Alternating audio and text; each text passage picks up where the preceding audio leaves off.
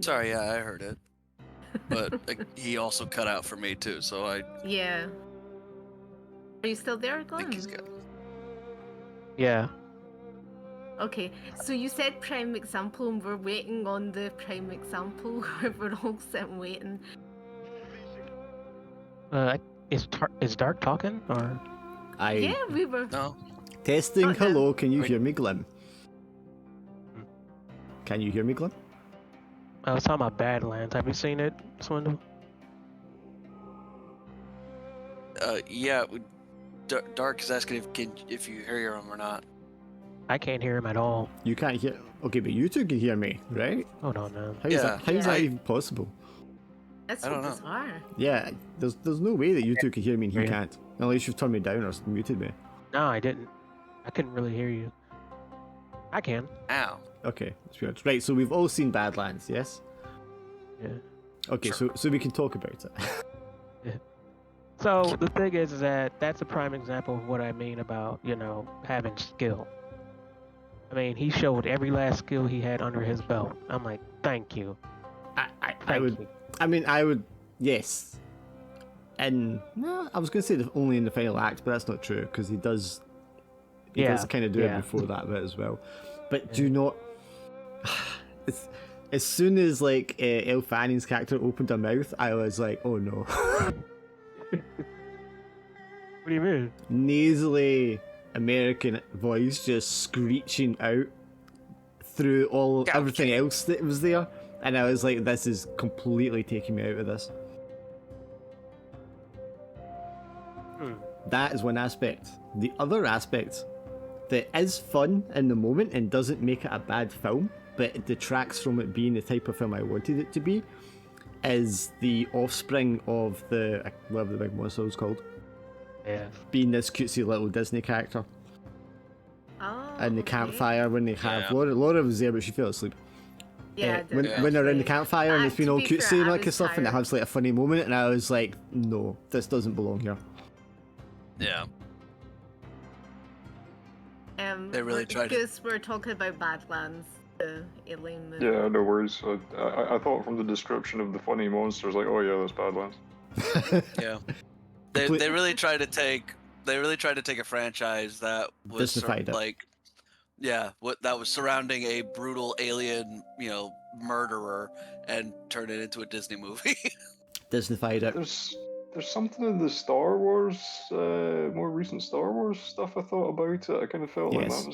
that was where they were going with it. Yeah. Disneyfied. They do it with everything Yeah. now. They get a cutesy character in there Yeah. to sell some merch, and so the people are like, oh, and they can meme about it, and then have another character who's a stand-in for the audience, but also is for comic relief. And I was like, we now have two comic reliefs in a fucking Predator movie. Yeah. Yeah.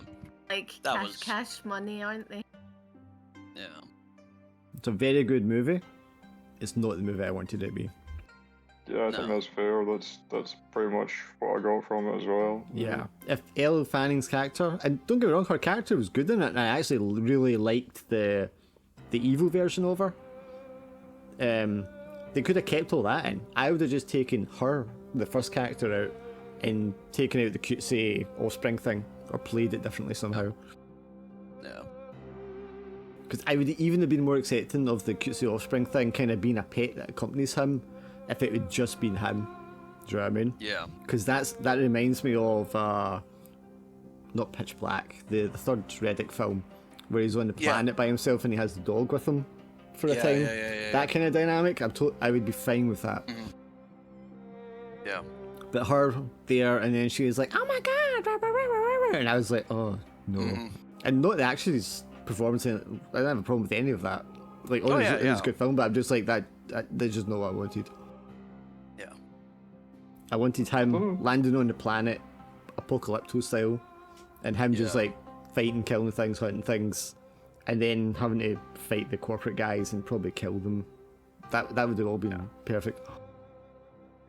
I don't know if it was something that they actually considered or it was just something that someone said, oh, they should have done that, was the idea that they weren't going to subtitle the Predator's dialogue. Like, Mhm. everything that they did was just going to be like you'd interpret it from their like body Yeah, language and yeah. actions, Yeah. and I feel like that might have made more sense having Elle Fanning's character, because she's the one doing all the talking. If you don't understand what the Predator's saying, that I could kind of see that being maybe like a better way of handling it. I That don't would know. last precisely 3 seconds in a test audience, though, before they're like, I Yeah, don't know what's going on with the monsters.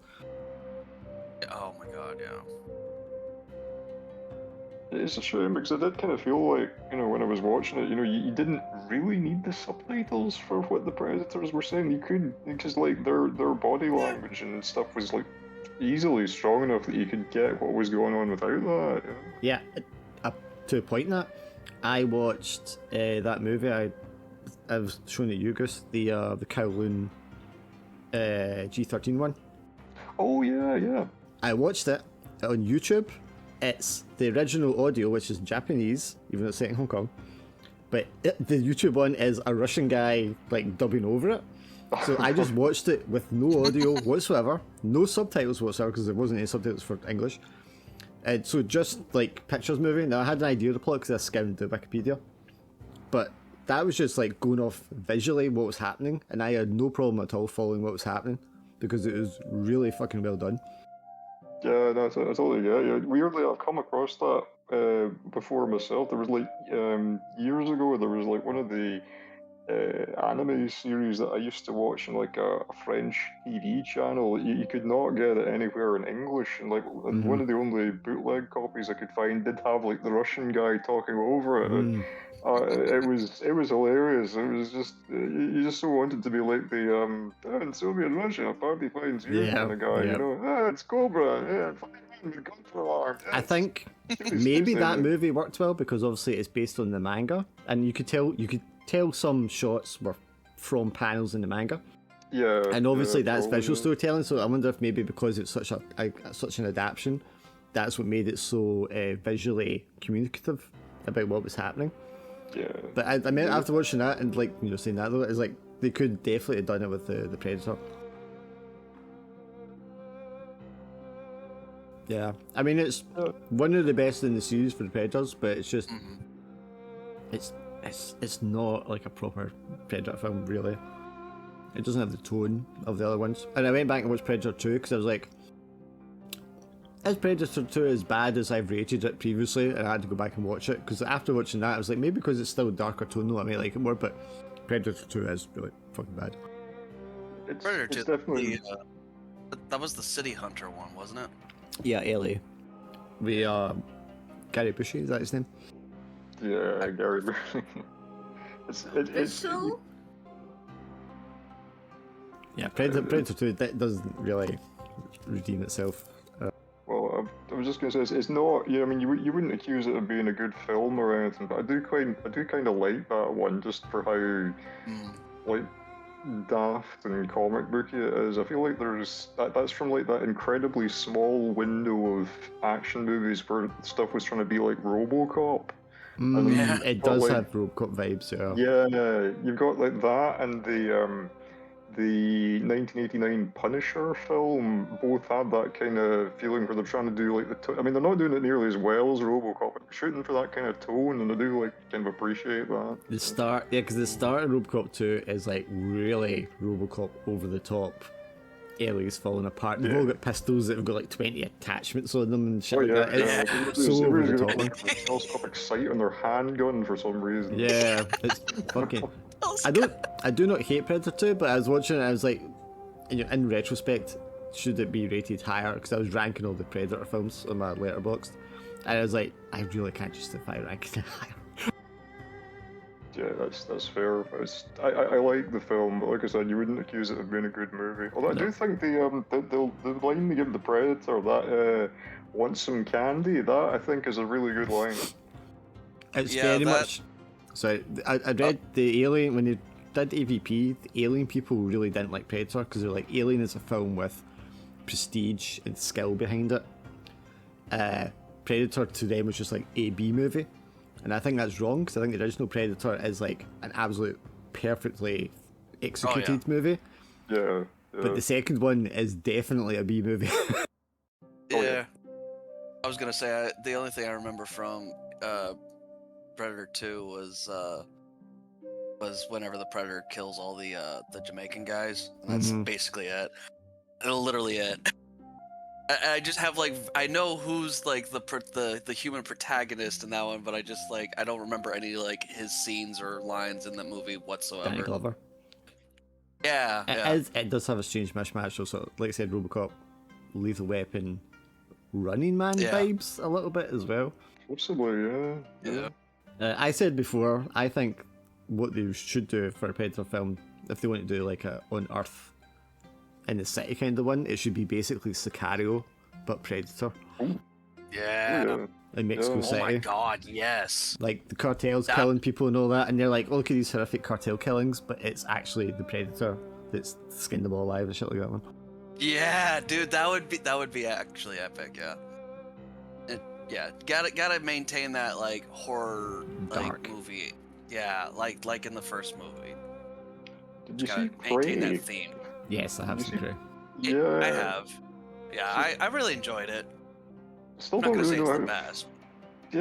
Yeah, I mean it's one of these things. I liked it up to a point. The thing that bugged me about it was I thought like by the time it gets into like the last third or so of it, it really felt like a remake of the first one.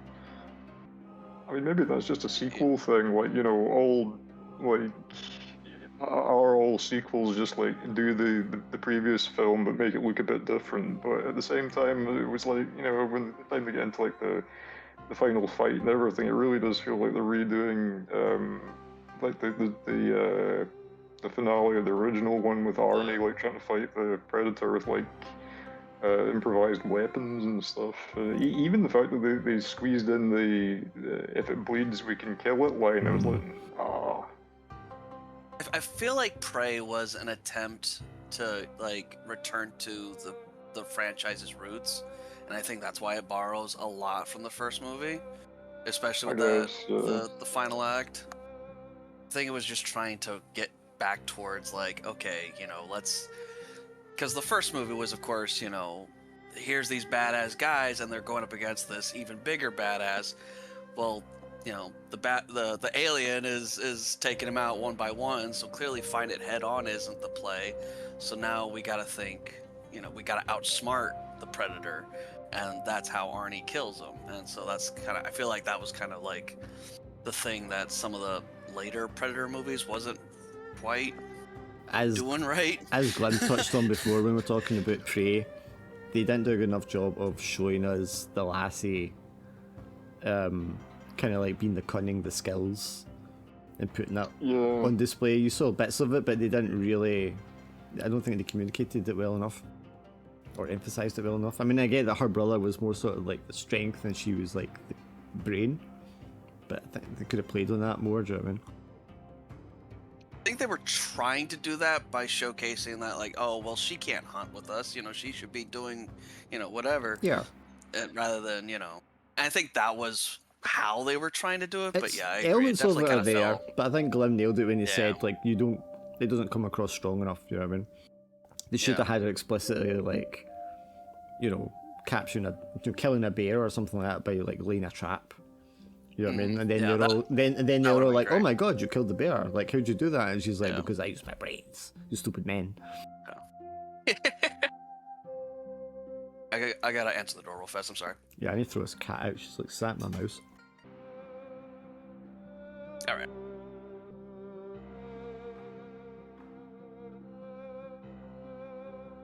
Glenn's still here, yeah?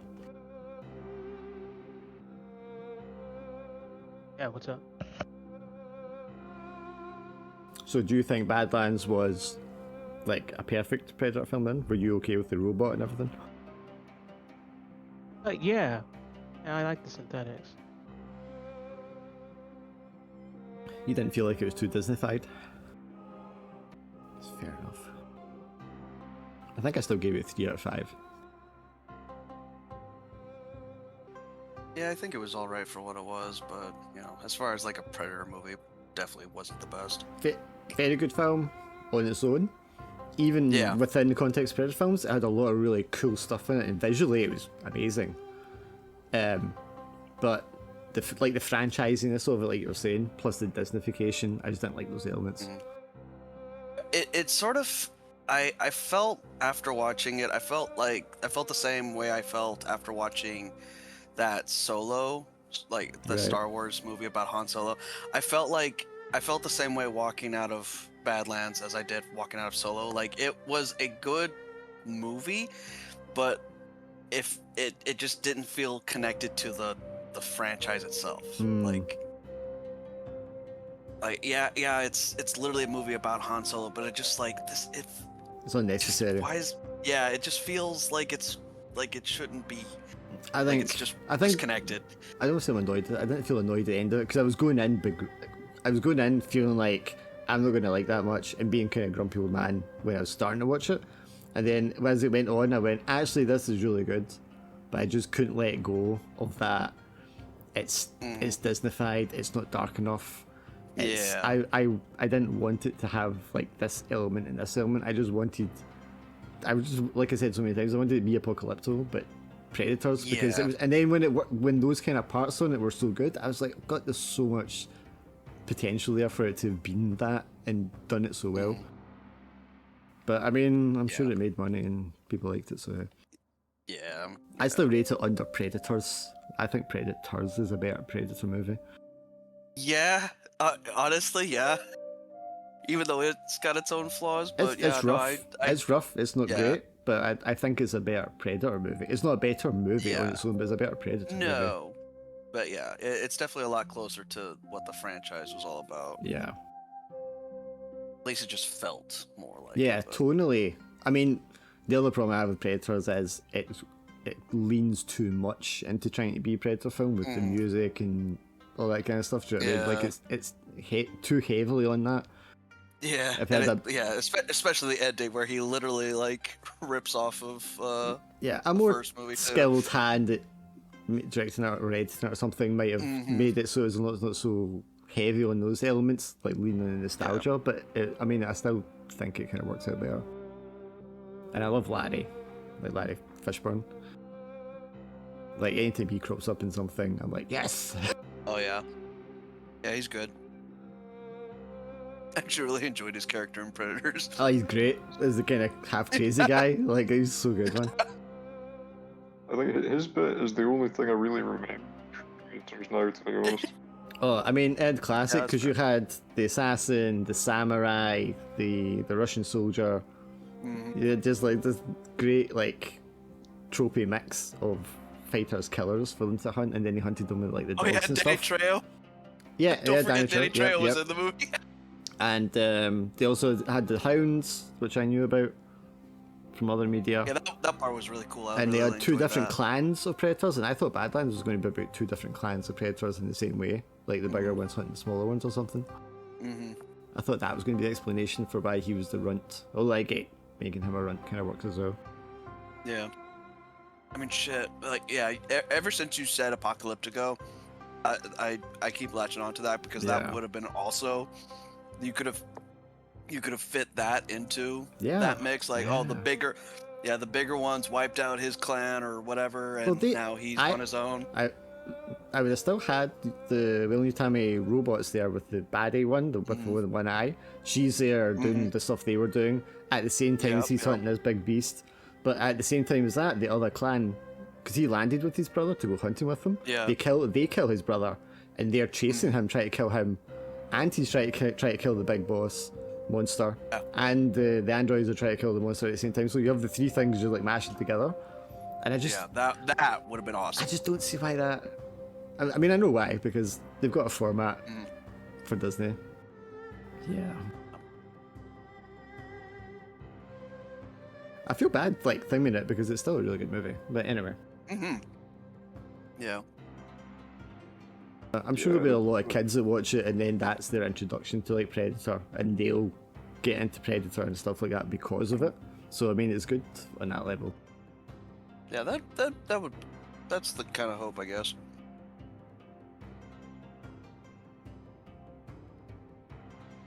I think supposedly Disney not meant to be sitting on some kind of Predator animated series that they're not released.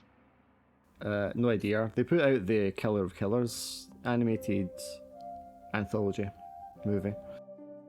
There's like 3 little sub-stories that come together. Yeah. That was quite good. I liked the first one. I've not seen the other 2.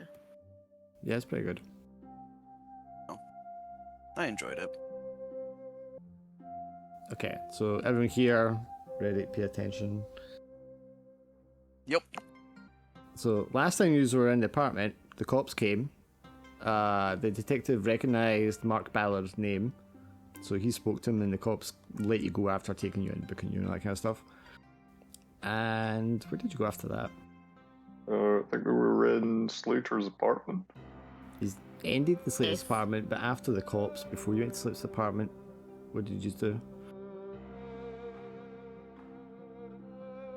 CIA went to the CIA building, they Yeah. did a thing, and then you guys, where did you guys go? Did you speak to someone? You just went and got the other reports, didn't you, from the Yeah. Oh MSS? yeah. Yeah, we both went to our respective Okay. headquarters, basically. And then it was just the apartment after that? Was that all we did? That's quite not a lot, Yes. man. Okay.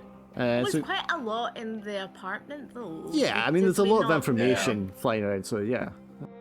Yeah. I think scene-wise there wasn't a lot. I'm not bothering too much with like background images and that, because honestly, the ones I do find, they're really low quality because they're from 1960s. hmm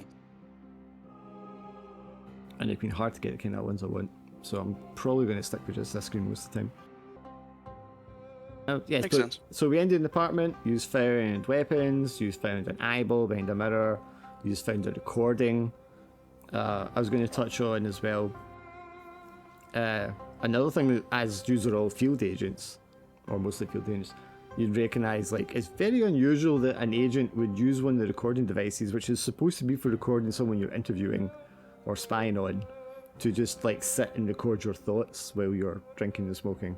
Like, that's really not something spies would do, because you do not want to leave like evidence of stuff around like that. Yeah. So that is like, from a professional level, I think you'd all recognise that is extremely unprofessional, out of character for a spy to do, especially someone that's supposed to be as experienced as Slater was. You also found an address book. I did not type up the whole address book, but you've got the important details, which is like Kolchak's contact. I believe we planned on going to Kolchak's Yeah. Yeah. office. The place was just a mess, all discussing that kind of stuff, and then you also, at the end, the phone rang, and someone was on the other end of the phone line, asking for Coles, and then they hung up.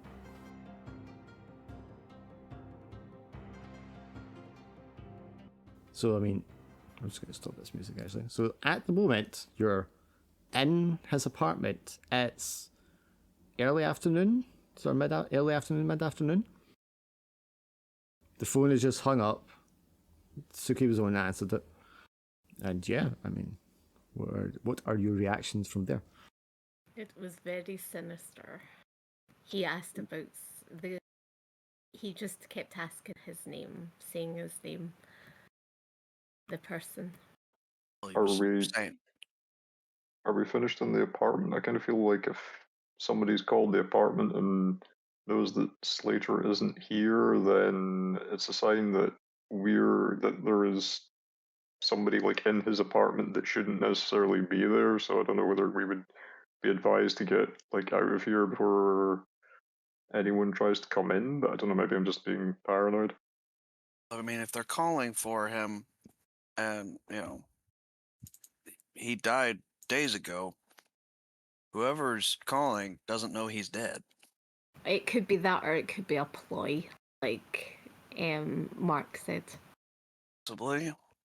I think we got all we needed. I think we need to just be a wee bit more sort of on guard when we're leaving. Like, just like make sure that, coast is clear. And Yeah, that sounds fair. And as regards to the items or the evidence that you found, what are you taking with you? What are you leaving here? Well, I thought I would just write down the addresses from the address book, that's no problem. and then just leave it there. Because then if they had went in the apartment and then they had seen the address book, then However, I'm gonna say I'm probably gonna keep. Well, I took a photo of the. Are we gonna take the recording? I think we should take it and. I Yeah, believe. we Yeah, I believe we it's have already. to take them. Yeah, I believe it's already Yeah. decided you're going to take the reels out Yeah. of the recorder anyway. Yeah. Yeah, we so I definitely need have to take that. Yeah, because I need to take that to MI5. So yeah. 6, Dare but yeah. I ask what we want to MI6. do? Yeah. Dare I ask what do we want to do with the eyeball? Well, I thought we were going to speak to the mortuary guy again. You know, the guy, the guy, the autopsy guy, and see if it's a match. Oh, yeah, it's for what they. Does the eye look like it's fresh? No, it's not or fresh. Is it? When I described it as like Yeah. it's been soggy at some point, so you can see that the bag has been Yeah. wet and then dried up again, so it's all crinkled and shrunken. Yeah, so It's not even just that, right? From going on, like, I feel like, you know, maybe we should take it with us because sometimes people regrow their eyes and it's all crazy, What are you so talking about? what? with the mythos I'm talking about, like Okay, but that's metagaming. stranger. I suppose so, Yeah, true. your character would know that. Yeah.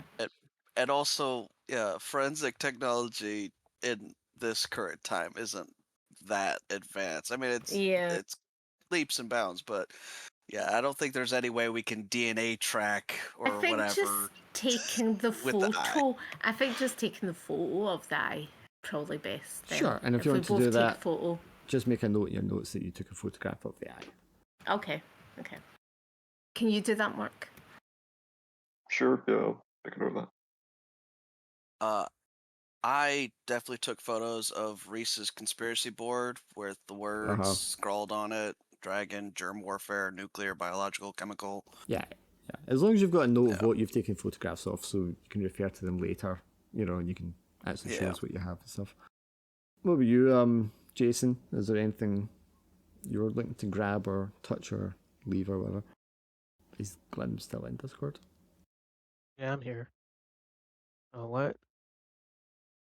They're just discussing what evidence they're going to take and what they're going to leave. Did you have anything to add to that?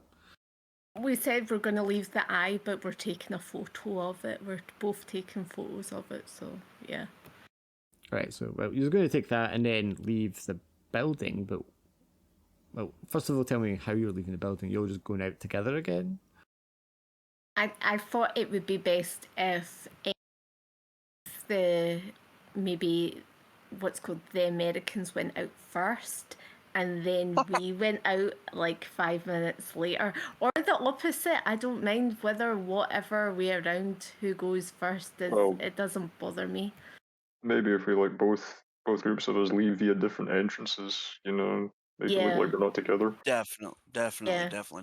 The building does have a rear entrance, which I believe goes into a small alleyway, which you can then take to the adjacent high street.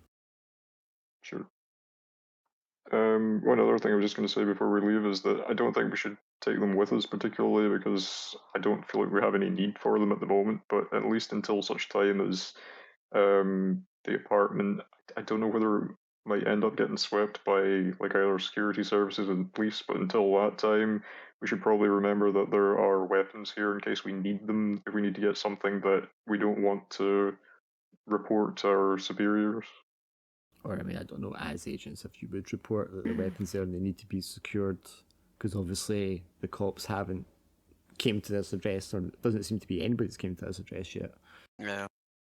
And remember, you just jimmied the door open. I mean, it wasn't like it was lying open or anything before. And I believe he's paid up for like a month or so? I might be misremembering that and making that up completely. I don't know. I don't think I went into details of that, but it will be paid up, yeah, for the time being. Yeah. So everything in here will be untouched unless somebody else jimmies the door like we did until it's run out, and then, yeah. I think just, again, maybe I'm being too like overly paranoid about this, but I think as we're leaving, like if we do the thing like taping a hair or something like across the jamb of the door so that we can see if anybody else goes into the place. Yes, you could certainly have Yeah. something like that you would use, toothpick, bit of string, whatever, Yeah, yeah. to kind of like signify so you can tell if somebody's been in here if you come back again. Yeah. Okay, so we leave the building by separate entrances, one at the back, one pair out at the front.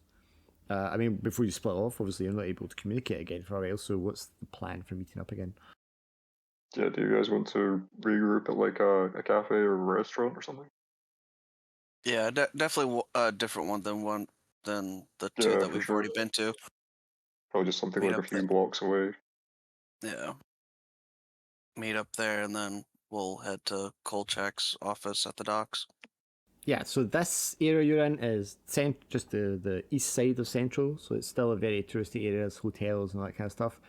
The address you have for Kolchak's office is across the bay in Kowloon, and then off to the east by the reclamation area, which is they're filling in harbour to create more space, basically to build more docks. So it's an area where there's a lot of construction and building going on, as well as house building and things like that. Yeah, so it's not on this like same area. So you would need to get the ferry over, and then a taxi or a tram or something like that to get you over to it. So it maybe take you 40 minutes, 45 minutes, an hour to get there. Should we all go see Kolchak together, or I don't know, do you guys want to split up and decide who does what? I think we should go and see him together. Yeah. I mean, yeah. Ultimately, it's up to you two, but yeah, I think going together Yeah, would fair probably be enough. for the best. Unless our American friends want to go chase up a different lead or something. Kolchak's a pretty big one. I'd want to be present for that. Yeah, let's do that one. Okay.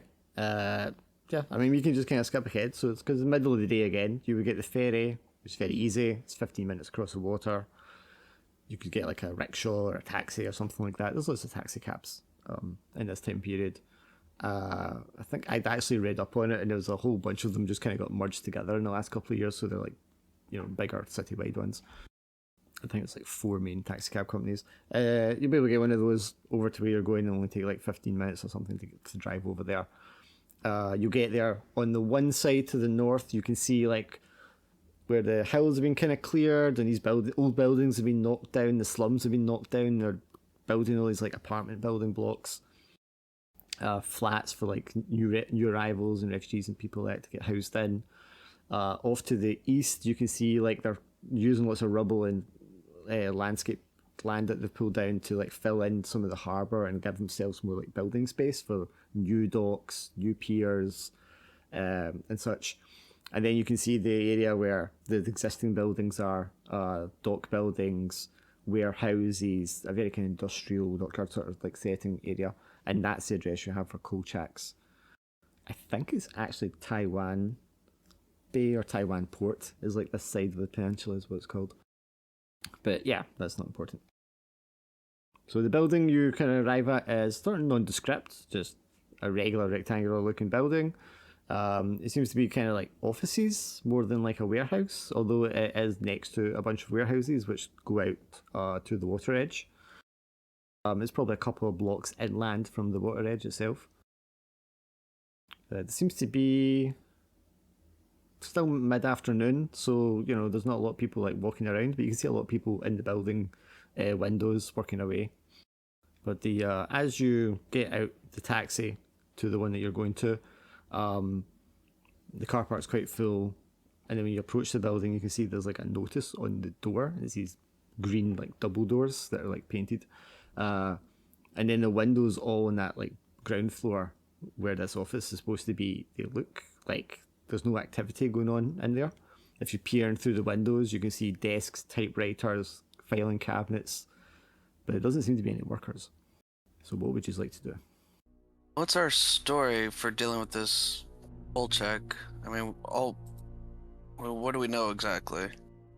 Well, we know he's working for the Russians, but he is potentially quite pliable. I mean, and there was a note in Slater's reports that he's apparently quite talkative once he gets a drink in him. Should we have a cover story for when we meet him? I don't know. How do you guys want to play this? I mean, do you just want to get straight to the heart of the matter and tell him that we're friends of Cole's and we're looking for him, or I don't. Do you want to like approach it indirectly? I think maybe just like saying we're friends of Cole's. Yeah. Yeah, just tell him we're not looking for trouble. We just want to find out what happened to Cole's. And if he's a smuggler, I mean, I don't know how much Coles has told him, but I feel like mentioning that we're friends of Coles will tip him off. Is there any like background information that we can get about Kolchak? As in, can I phone up like you guys can phone up you guys can phone up the CIA to ask about like if they have any information, and then we'll phone ours to see if they have any information. You like could go to certainly get in touch with somebody in your respective agencies to ask for background information on this character. so that we can then have a backstory. It would take A, a little bit of time, and B, you would probably need to go and pick up the details in person. But I mean, if you want to retroactively, you can do that before you go to Kolchak's address. That's what I was thinking. That's probably a really good idea. What do you guys think? That seems reasonable. I mean, being forewarned is forearmed. Yeah, because we don't know if he's going to be like volatile. Like, he might be actually helpful. It would just, the more information we have on this guy, then if it's a bad situation, then we can then turn, say we're nothing to do with Coles kind of thing. We're, something else, This sounds like a support officer's kind of duty. So, do you two want to each look at your agency files and tell me which person you're going to reach out to? Assuming you both want to do it. In what documents is it in again? It would be in the MI6 case files, is where your contact list is. And the CIA one will be the CIA one. I feel like it would be Louise West, yeah? Or maybe Christopher Owen. So Owen is obviously... It could be Jean Tao, because it's like border security, and because you said he's a smuggler. Well, I think, do we not... Was Kolchak definitely a smuggler? I thought that was just, sorry, I was trying to... Presumably any information you have on him would give you that information. Yeah, I'll have a quick read through again, but yeah, I think probably Louise West might be the best bet, because I mean we know that he works for the Russians, so probably going straight to MI6. Depends if you want to ask MI6 or if you want to ask the Hong Kong Special Branch. Yeah. It just depends who you want to ask. They will probably both have information on him. Yeah, well, and then not get information from both? Yeah, I was going to say potentially each of them might have something different on them. Yeah. Depends. They both might have. One might have more information than the other, or they might have different information. Same goes for the CIA. Yeah. Okay, so do I just go to the embassy again? Do we just go to the embassy? So it's not the embassy, because the UK doesn't have an embassy in Hong Kong, because the Hong Kong is part of the British Empire. So it has the it'll have like the US has like a consulate. But for the British, I mean, everything there is British, so it's all just government buildings. But as we said already, the Commerce Building is where the MI6 was operating out of, and where you contacted them previously, so you would just swing by that building again. Because that one also fits your cover, right? So you go there, and you're going to speak to Mrs. West, just as before, and just ask for information. Yeah. That's fine. Tom, are you wanting to do the same thing with your CIA office? Yeah, I think so. And who is it you need to speak to in CIA? I'm thinking... I mean, I feel like Kai Su would also... would know But at the same time, I don't want. I feel like I've already talked to him like. He might A few know, but times. he's more an officer like Jason is. He's like a field Okay. agent out here in Hong Kong. Yeah. But he's just So one if that's been anything, here I for might. longer. Yeah. So if anything, I might go with Don McArdle, the Over in signal Taiwan. intelligence. Yeah. So the second is the intelligence operations that pick up like communications and stuff like that. Yeah. Torgerson could also be kind of liaison officer here in Taiwan, here in Hong Kong. But it doesn't work. I mean, you could just have a generic secretary in the CIA building. You ask, do we have any files on this guy? Which is essentially what we're doing. Yeah. Well, since you're both, I'll yeah. So since you're both support officers, can you both give me a 2-dice roll? I'm gonna roll, or You don't need to because this is support officers just trying to get the case Oh, filed. okay. So it's Suki and Tom if you could do the roll. I just need to know how much of his file to give you. Everything humanly possible. So that's going to be the entire case file. So if we go to Operation Silent Mirror, I'm going to add the case file for Anatoly Kolchak. And everybody should be able to see that. It should be down at the bottom.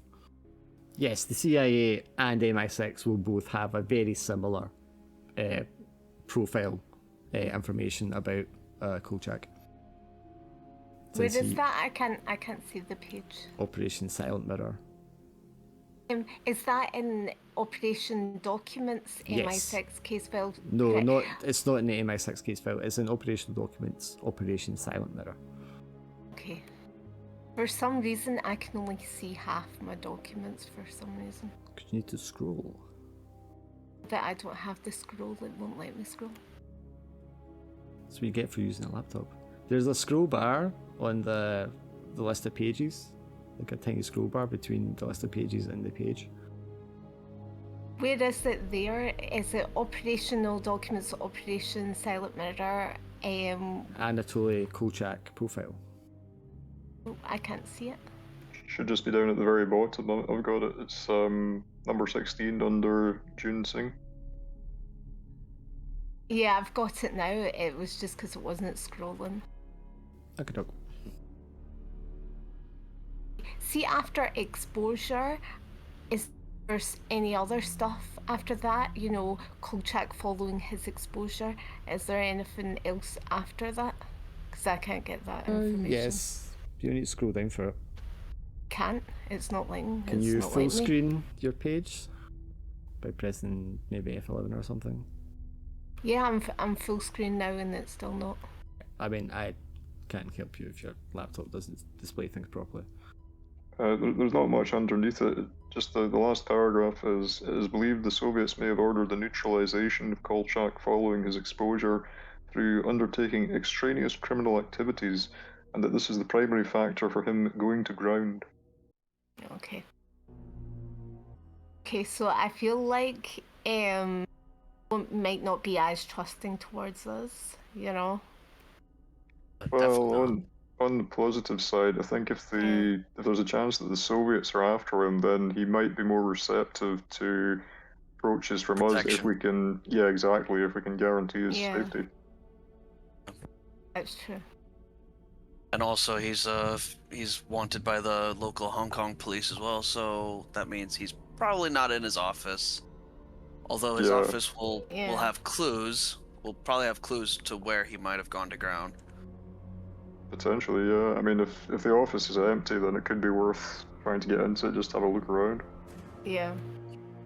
And again, yeah, if he'll definitely be receptive to making some deals for protection.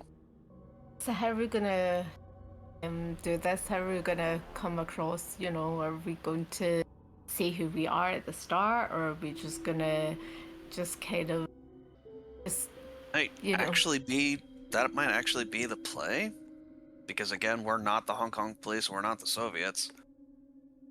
We know he's wanted by both of those. Yeah, I mean, I think if we can get in touch with him, saying that we can offer to protect him, if he can help us find what happened to Cole, that might be a good way to go with it. Yeah, and he might provide us with further information as well. So yeah. He he might be able to give us a lead towards the Red Horseman, because I believe it was Kolchak that made the introduction either to Fenning or to the Horseman himself. Hang on, I'll check the notes on that. Yeah, he's got connections to the Red Horseman at the very least. Am I right to think the British do not want to share any more document information with the Americans at the moment? I mean, I think the Americans have the gist of what we have in any case. Yeah, that's true. Are you fuckers still holding shit? I mean, beyond some very slight minutiae, you know what we know. Yeah. I have to assume that's a conversation similar to that is what's happened between your characters there. There's not. I would say there's really much to be. Yeah. Yeah. I feel like, to be fair, I feel like, especially with the whole like rumors of MI6 having a mole, I feel like keeping information close to your chest is probably the right idea to make sure that we, the CIA, believe that you have everything under control. But at the same time, yeah, looking at the reports, Kolchak is the link to Bo Lee Fanning, and then Bo Lee Fanning is the link to the Horseman. Can I just say as well, I'm a wee bit nervous for his support officer, Nina. Yeah, I was thinking the same thing. I think we should probably try and find if we can get in touch with her as soon as we can. So when you're at the building requesting information on Kolchak, you did mention previously that you would like to speak to Mrs. Sew. So while you're there, you can check up on that, and they will tell you, we're able to get in contact with her. She's ready to speak to you whenever you've got the time. Shit. I guess it's probably late in the day to do it today, but we could arrange to do it tomorrow. Yeah. I could do that. I mean, if you wanted to do it in the evening, you could do it in the evening as well. She's on vacation, on leave at the moment. Yeah, I don't know. What do you think? I mean, should we do it for this evening, or do you want to leave it until tomorrow? I think we should go to Kolchak's and then we should go and speak to her. In that case, do you want to leave speaking to Nina until tomorrow? I mean, I guess if we go to Kolchak's, it's probably going to be pretty late by the time we get back. Yeah. I'm just worried that the longer we leave it, maybe more she's in danger. So that's I'm kind of worried about. So I was thinking even after it, even late, we could just go. I mean, if you reckon we're probably not going to find Kolchak in his office, we could always leave going to Kolchak's office until after we've spoken to Nina. We could go and see Nina first. Do you guys want to come with us to see Nina first? She might have some valuable information, and she might have met Kolchak. I mean, I don't know. Do you think would we actually invite the CIA along for this one? I mean, she's MI6 and all that. That's true. Come on, might not be. The two of them, but you need to give us some information, goddammit. I mean, I'm not saying you guys can't come, but I don't know. You might want to wait in the car in case anyone tries to get the drop on us while we're speaking to her or something. Again, I said this before, as your guys' investigation, you only answer to London. So if you want to have them along, it's definitely within the remit of the joint task force. Yeah, I mean, my only concern is that I don't know how keen Nina would be to talk to the CIA. So I think, like I said, if you guys want to come, fine. Wait outside in case anyone tries to, get the jump on us when we're speaking to her or something. Yeah, no, that's fair. What are you thinking, Jason? Gleb? Wait, did you hear? I didn't hear you say anything, though. I said nothing. My brain is dead. Something happened recently. Are you okay? I'll be all right. Yeah, I mean, what's the top again? I'm sorry. They were just discussing about speaking and interviewing Nina, who was Slater's support officer. if they should do that before or after you check out Kolchak's office. Oh, well, actually, Swindle was right.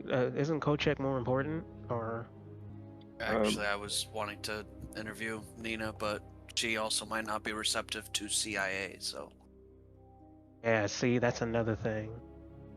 Susan, like, I mean, do you guys want to go on ahead and have a look at like Kolchak's office? Then Kolchak's. we could go and speak Yeah. to Nina. I think that might be the better play. If you want to get them all done ASAP, that would be the way to Yeah. with things done at the same time. Or you could leave a message and get them to tell her that you'll meet her tomorrow or later tonight. I mean, it's up to you guys. We could meet her tomorrow morning, I suppose. Yeah. But like you said, you might. The longer you leave it, the Yeah, that's true. Yeah, more I am something might concerned happen. Yeah, I'm a bit Yeah. concerned for her safety, to be honest. Yeah. Yeah, go. You guys go ahead and talk to Mina. Get whatever information you can out of her. We'll check out Kolchak's, and we'll meet up at random restaurant, cafe, place number 5, I guess. So you guys are going to the office. You're not going to see him, are you? You're just going to the office Well, to scope it we don't out? know where Kolchak is. If he's gone to ground, he's not going to be in his office because that would be the first place the Yeah. Soviets and the Hong Kong police are going to look. So the dude is Yeah. in hiding. Okay. His office might give us a clue as to where he could be, though. So Exactly. Yeah. Okay, this works. So like I said, 45 minutes an hour-ish to get to Kolchak's. They'll call up Nina for you on your behalf from MI6, obviously, because they're not going to put you in direct contact with her, and tell her to meet you here on the Hong Kong island, in a bar, probably, somewhere nice and public, but you know, these can't be overheard too much. We already said it was like mid-afternoon, late afternoon, so it's probably like tea time, like 5 p.m-ish. She can come meet you. Somewhere that she feels comfortable and like she knows is used. Probably a spot that like the MI6 use a lot for these kind of meets. So it's somewhere that's known to them. They have a good grasp of and a good knowledge of all the exits and places around it and who should be there and who shouldn't be there and such. Yeah, and you can make your way there and you could probably get there in like the next 15-20 minutes if you need to. Probably within the next hour at least, giving her time to like get ready and get there. Okay. Pull up all my stuff to make sure Nina says the things she needs to say. I have like a bunch of notes that's like who is who and what they know and what they don't know. I've got another one that's like what everyone's doing and what their past is. And then I got another one for like all the stuff that you need to find and shit like that. Yeah, I can't even begin to imagine the tangled web you're having to manage. Not that complicated, but For me, it probably. it's also not that simple either. Yeah. You can barely juggle 2 things at once. Sure. So we'll just start with you guys meeting Nina. I don't have a name for a place, but let's just say it's called like the Red Blossom or something like that. And it's a kind of, it's not a pub, but it'll be like a bar, somewhere with somewhere you would go to get like a nice dinner and have a couple of drinks, or like a bar area and a seating area where they give you food and stuff like that. You just have a description of everything of Nina. You know that she's like a slender blonde woman, sort of like late 20s, early 30s. And you see her when you arrive there. She's sat there, she's got spectacles, like a green pencil skirt and a yellow blouse on, and she's sat there, legs crossed, smoking a cigarette and drinking a glass of wine at the bar. Hello, Nina. Oh, hello. Are you Miss Wong, I presume? Yes. She gets up and pushes herself off. And shakes this her is hand. my senior partner, Mark. Ah, Mr. Ballard. Pleasure to meet you. Miss Sow, thank you for seeing us at such short notice. We don't mean to interrupt your vacation, but you know, given the gravity of the situation, hopefully you can forgive us this intrusion. No, of course, and I'm more than happy to oblige the agency and help come to a resolution in solving the murder of Reese Slater. Please, I have my usual seat over here. She takes you over to the corner, and it's these kind of like green padded leather cushionings on the booth, and it's got these like wooden panels between each of the booths, and there's like this oriental leaf design in the wood carvings kind of between the booths as well. So they're private enough that they're separated, and people, as long as you're not yelling, you shouldn't be able to overhear each other too well. So, were you? Did you see him on the day that he died? Slater? No, I'm afraid I didn't. I think the last time I spoke to him was maybe a week prior, if I've got the timings correct. Our relationship had become somewhat fraught and strained over the last few years. Yeah, we heard that he had a bit of a drinking problem. Yes, unfortunately, Reese, I really liked him at first. He was a perfect gentleman, old school, very professional. He knew his craft. I mean, it's a little bit of his depth here in Hong Kong at first, but he found his way around. But and he never seemed to have any issues when he first arrived. But over time, yes, the drinking became more and more apparent, as well as the other vices he was indulging in. So you were involved in you're both in an investigation.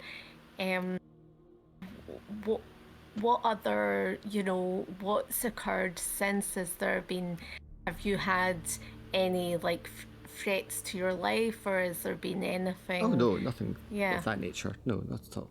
No, I mean, I'm not at full liberty to disclose all of the agents that I handle, but I work as the support officer for a handful of agents at the station. Mr. Slater was just one of those. But we had a good working relationship, and we've been working together since he came here. What was it, 4 years ago? Mm-hmm. And we heard he had a bit of a issue with Pool, one of the station masters. Can you tell me, was it one-sided, or was it, was Pool,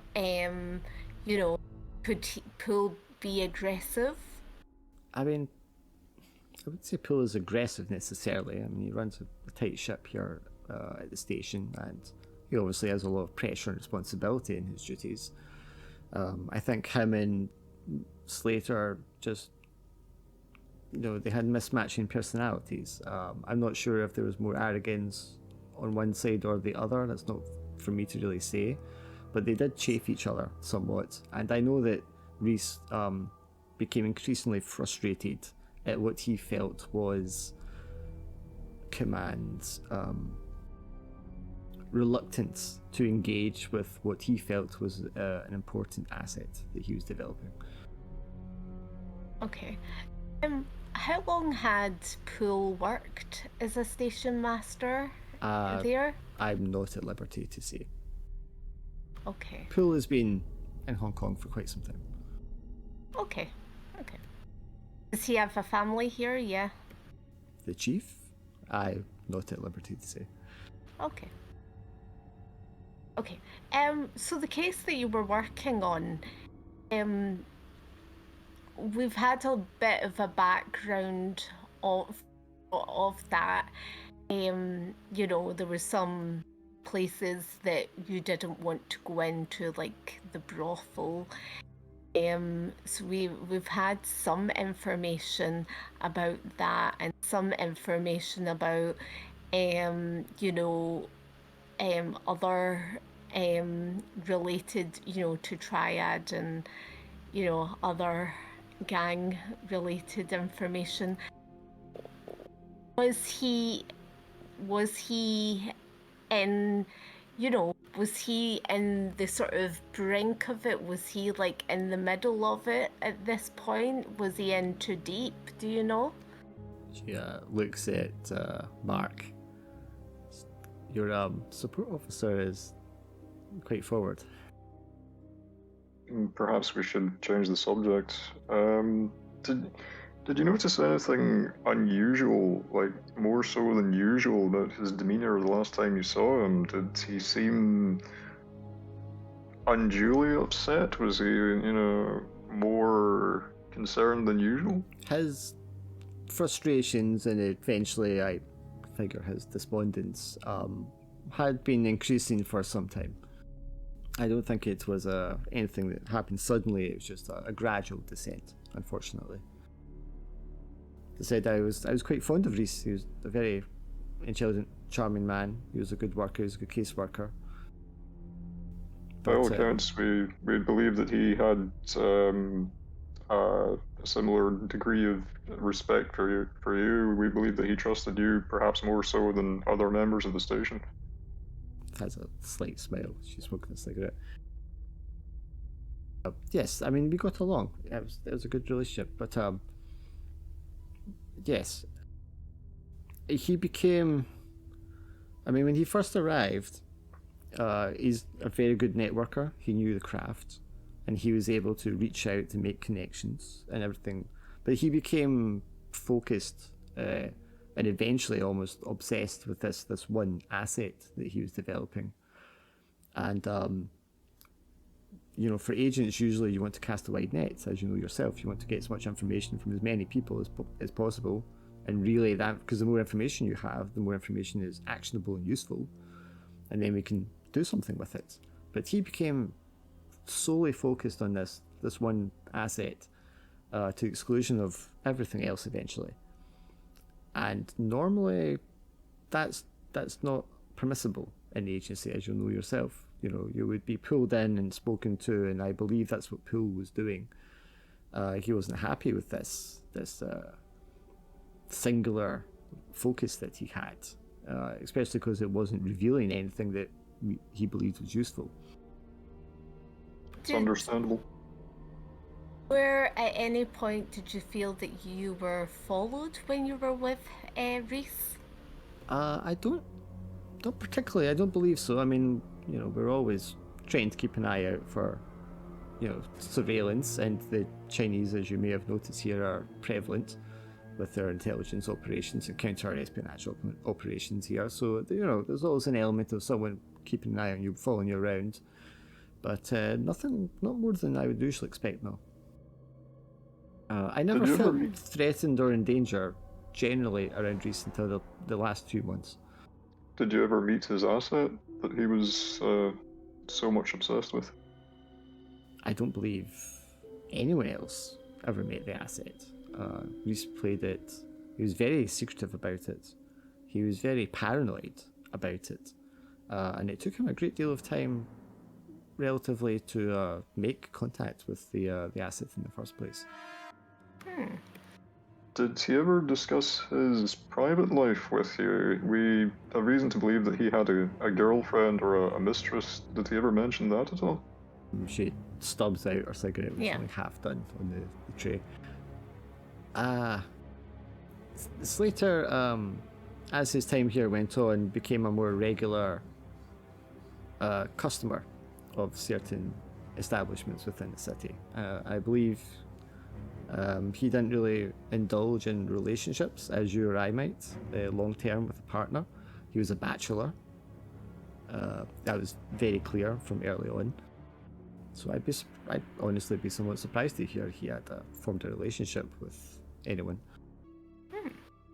Did you know that he was planning to go to America?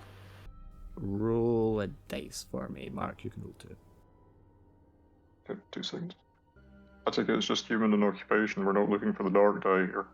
No. Is it just 1 dice that I roll? Yeah. 1 for Yusuke. Mark gets 2 Okay. because he has the psychology thing. Oh well, Mark doesn't notice anything, but Suki, she definitely flickers her eyebrows, in surprise for a second. Female intuition. Yeah.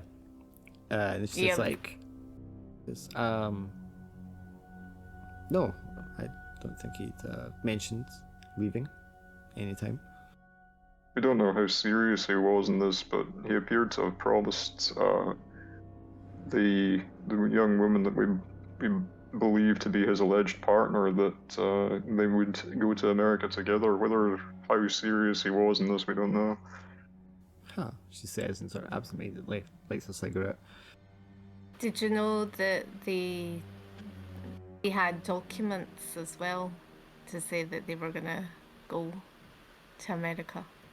So, I mean, normally as support officer, I would be the one requisitioning, procuring any documents for an asset he might be developing, even if he's promising one, to take them abroad or whatever. He never, those requests never came through me. Did you find out, didn't know the girlfriend, so you wouldn't have found out Evidently not. that she ended up, was it dead or in hospital that she ended up? We don't know that. Yes, we believe the young woman met a quite unfortunate end. She appears to have been the victim of some kind of, I don't even know how to describe it, like a poisoning, perhaps. It's something we'd never seen before. It was I'll spare you the gory details, but it was most unpleasant. Oh, but that sounds awful. No, I mean, I wasn't aware of a girl he'd formed a relationship with, or if she was an asset that he was developing a new one. I knew nothing about an intention to leave the country or obtain documents for someone to leave the country. So, are you still working on the same case that he's on? I work with case officers in the field. The case officers deal with their own cases. I'm just, as soon as you are, to provide support. Did he ever mention the name Kolchak? Yes, Kolchak Can I came up roll to see if there's anything, Sure. Deceptive? Is that one dice or two? Just one, yeah.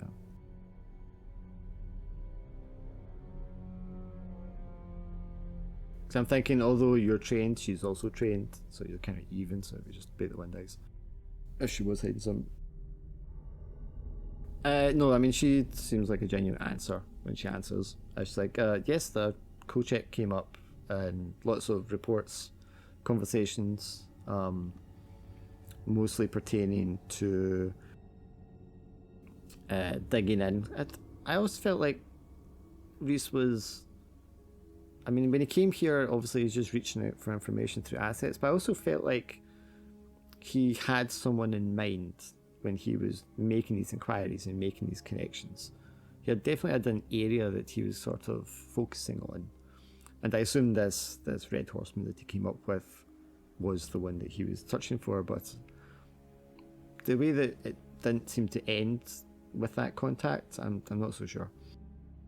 But Kolchak came up many times, yes. Kolchak's well known to the agency and to other intelligence agencies in the area.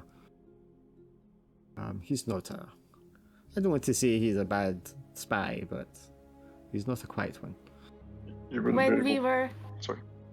I was going to say, when we were in the hotel room, we saw a word. What was that word, Mark, about the red dragon? There was the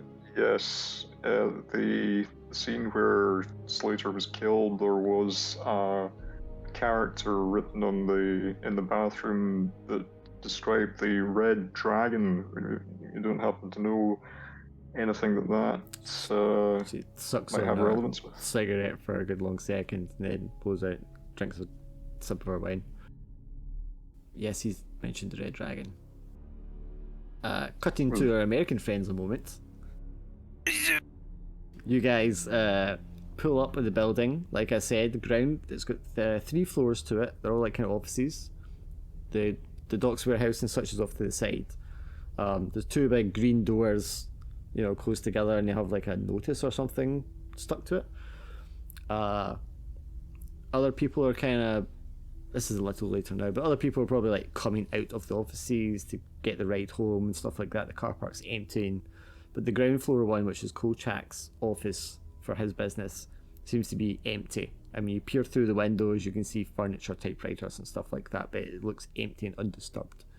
So what would you like to do, Jason and Tom, at this point? I guess I'll try the door. Door is locked. The sign on the door is a notice from Hong Kong police notifying that these premises are a active crime scene, and are not accessible. And for anyone wanting more information, and it gives a number for the Hong Kong Fraud Investigations Department. Well, we could pick the lock, or we can maybe phone the local police, see what they know about Kolchak. Yeah, so as the lead, Jason Glim, what would you prefer to do? Alibi swindle. Advise him to do what? Sorry, are you preoccupied doing something, Glim? It's not that. I would actually. Did you hear what I said? You said advise swindle. No, I said, did you have an alibi swindle if we call the Oh, cops? sorry. Yeah, that's what I actually Yeah, said. I'm sorry. You were just really quiet. Yeah, I actually said. I mean, Hold I on, dude. don't. Keep talking. I can hear you. Yeah, I mean, I don't really have much of an alibi. I mean, my cover is I'm a trade attaché to the U.S. consulate, but I mean, but if I recall correctly, through our MI6 friends, we have connection in the special branch to which the local police, and if they have any information, we're supposed to be investigating. I'll also say, obviously, the doors are locked, but they're quite heavy, like outer wooden doors. So it's not like the apartment door that you could just use the credit card to get open for. These would require force to get them open. Oh, so we can't even pick a lock? You could try picking them. I mean, you are spies. You would have the equipment and the Okay. skills to attempt it. Yeah. Wait a minute. Is there like any like open windows or anything? Large, like rectangular windows. They don't seem to like open. But you could go around the back of the building if you wanted. This is just the front I'm describing. Oh, All right, let's go pick up the back. Let's say you wait here just in case someone comes up. Yep, go and check around the side of the building. On the back side, they've got lots of like air conditioning openings at the top of the windows. The windows are smaller on the rear side. There are like more doors with like dumpsters, old style, like 60s kind of dumpsters, the big massive boxy things. And there will be like a fire escape ladder going up the side of the building for all 3 floors, as well as like the air ducts going up the side of the building. All right, going up. Oh wait, I'm going back. I'm sorry. Going back and I beckon Calvin. Calvin. Yep. Like we're going up. Okay. Do it. So the fire escape, you can know what fire escape's like. The stairway going up to cover all 3 floors, and then at the top of the 3rd floor, there's a ladder from there that goes up to the rooftop as well. Each floor opening will obviously have a fire escape door, which, although again an exterior door, but it's not as heavy set as those front doors are. And each of these will also have like a small rectangular window in them as well. And are these upper floors like part of a different office, or is the whole building Kolchak's I mean, office? you'd know from the address that the ground floor is Kolchak's company. The other floors would be different companies. Okay. All right. Well, I guess go up to the 2nd floor and then work our way down. By breaking open the fire escape? Wait, was that the plan? Yeah. So what? Okay. Well, you're the lead agent. All right, let's go. Okay, if you want to just break open, it's a 2 dice roll. Right. I just want to, Investigate or without giving extra information, I just want to make sure you understand this is a fire escape. you see, I didn't like how you said that, Swindle, saying comfortable. Well, what would that mean if it's a fire escape? You would know this. Alarms. Yeah. Alright, so alarms, goddammit. There are other doors at the rear that are on the ground floor. Yeah, what's going on with the ground floor? I should have said that. Yeah, so like I said, the windows there have the openings for the aircon. There is also 2 doors that are not big double doors, they're just like single doors. Again, exterior doors, not as heavy set as the front ones. because these ones go directly straight into like the corridor of the building. But they are not fire. Well, one of them will be a fire escape door, but the other one will not be. It's just a simple staff room rear exit kind of thing. And it's somewhat hidden from the sides by these dumpsters that are positioned beside the building. But if you want to try cracking that door open, it'd be a 2 dice roll. Yeah, let's try it. Ski action. Okay, just ask before we go in here. So, are you guys armed? Always armed. Sorry, what was that, Swindle? Yeah, we're armed. Okay. Yep. Alright, Glim, give me a 2 dice risky action roll. I feel like it's a prerequisite for being Wait. American. Oh, risky of action or? Yeah, the risky action one. Alright, so 2. Risky action. 2, yes. Occupation, here we go. Well, I mean, the risk is really just like being spotted or leaving signs that broken that. But with the 6, you're going to like pop that door open without leaving a scratch on it, and in such a way you'll be able to like close it shut properly afterwards, so nobody would have any idea that anyone had opened this door. There's no Fantastic. Super strength. There's no alarm. Nobody sees you. You get into the building immediately. You're just like in the main entrance corridor, and it's just a very basic corridor with a stairwell to the one side, and then like a swing office door on the left, which is like a glass door, and it has the name of the company on it, which is like Hong Kong Engineering Company Limited, I think it is. It's a very generic name. Since you got 6 in this brilliantly, you will get through both of those doors without any problem, so you'll be inside the offices themselves. So there's a bunch of desks, typewriters, filing cabinets. There's a big map on the wall that has like shipping lanes and harbour ports and positions. There's like a blackboard that has all these chalked, it looks like stock values or something like that, kind of scribbled across it. Just a lot of numbers. But what would you like to do? Try to look around, see if I can find anything that's got Kolchak's name on it. Like, see if I can look at his desk, the drawers, or anything like that. Okay, so desks look clean empty. There's no paper in the typewriters. You open a filing cabinet, Tom. The drawer's empty. The second drawer's empty. The bottom drawer is empty. I'm thinking either Kolchak ran with all this, or probably more likely the police already grabbed everything. Okay. I don't know. They missed stuff at some of the other places, so let's not give up hope. So, if anything like particular that you're looking for, and how you want to go about looking for it. I mean, I'm trying to find anything that could lead us to where Kolchak might be hiding. Like a safe house, or just like wherever he would have. Yeah, I'm looking for any trace that would have led to where he's hiding, basically. Okay, give me a 2 dice roll. Investigate.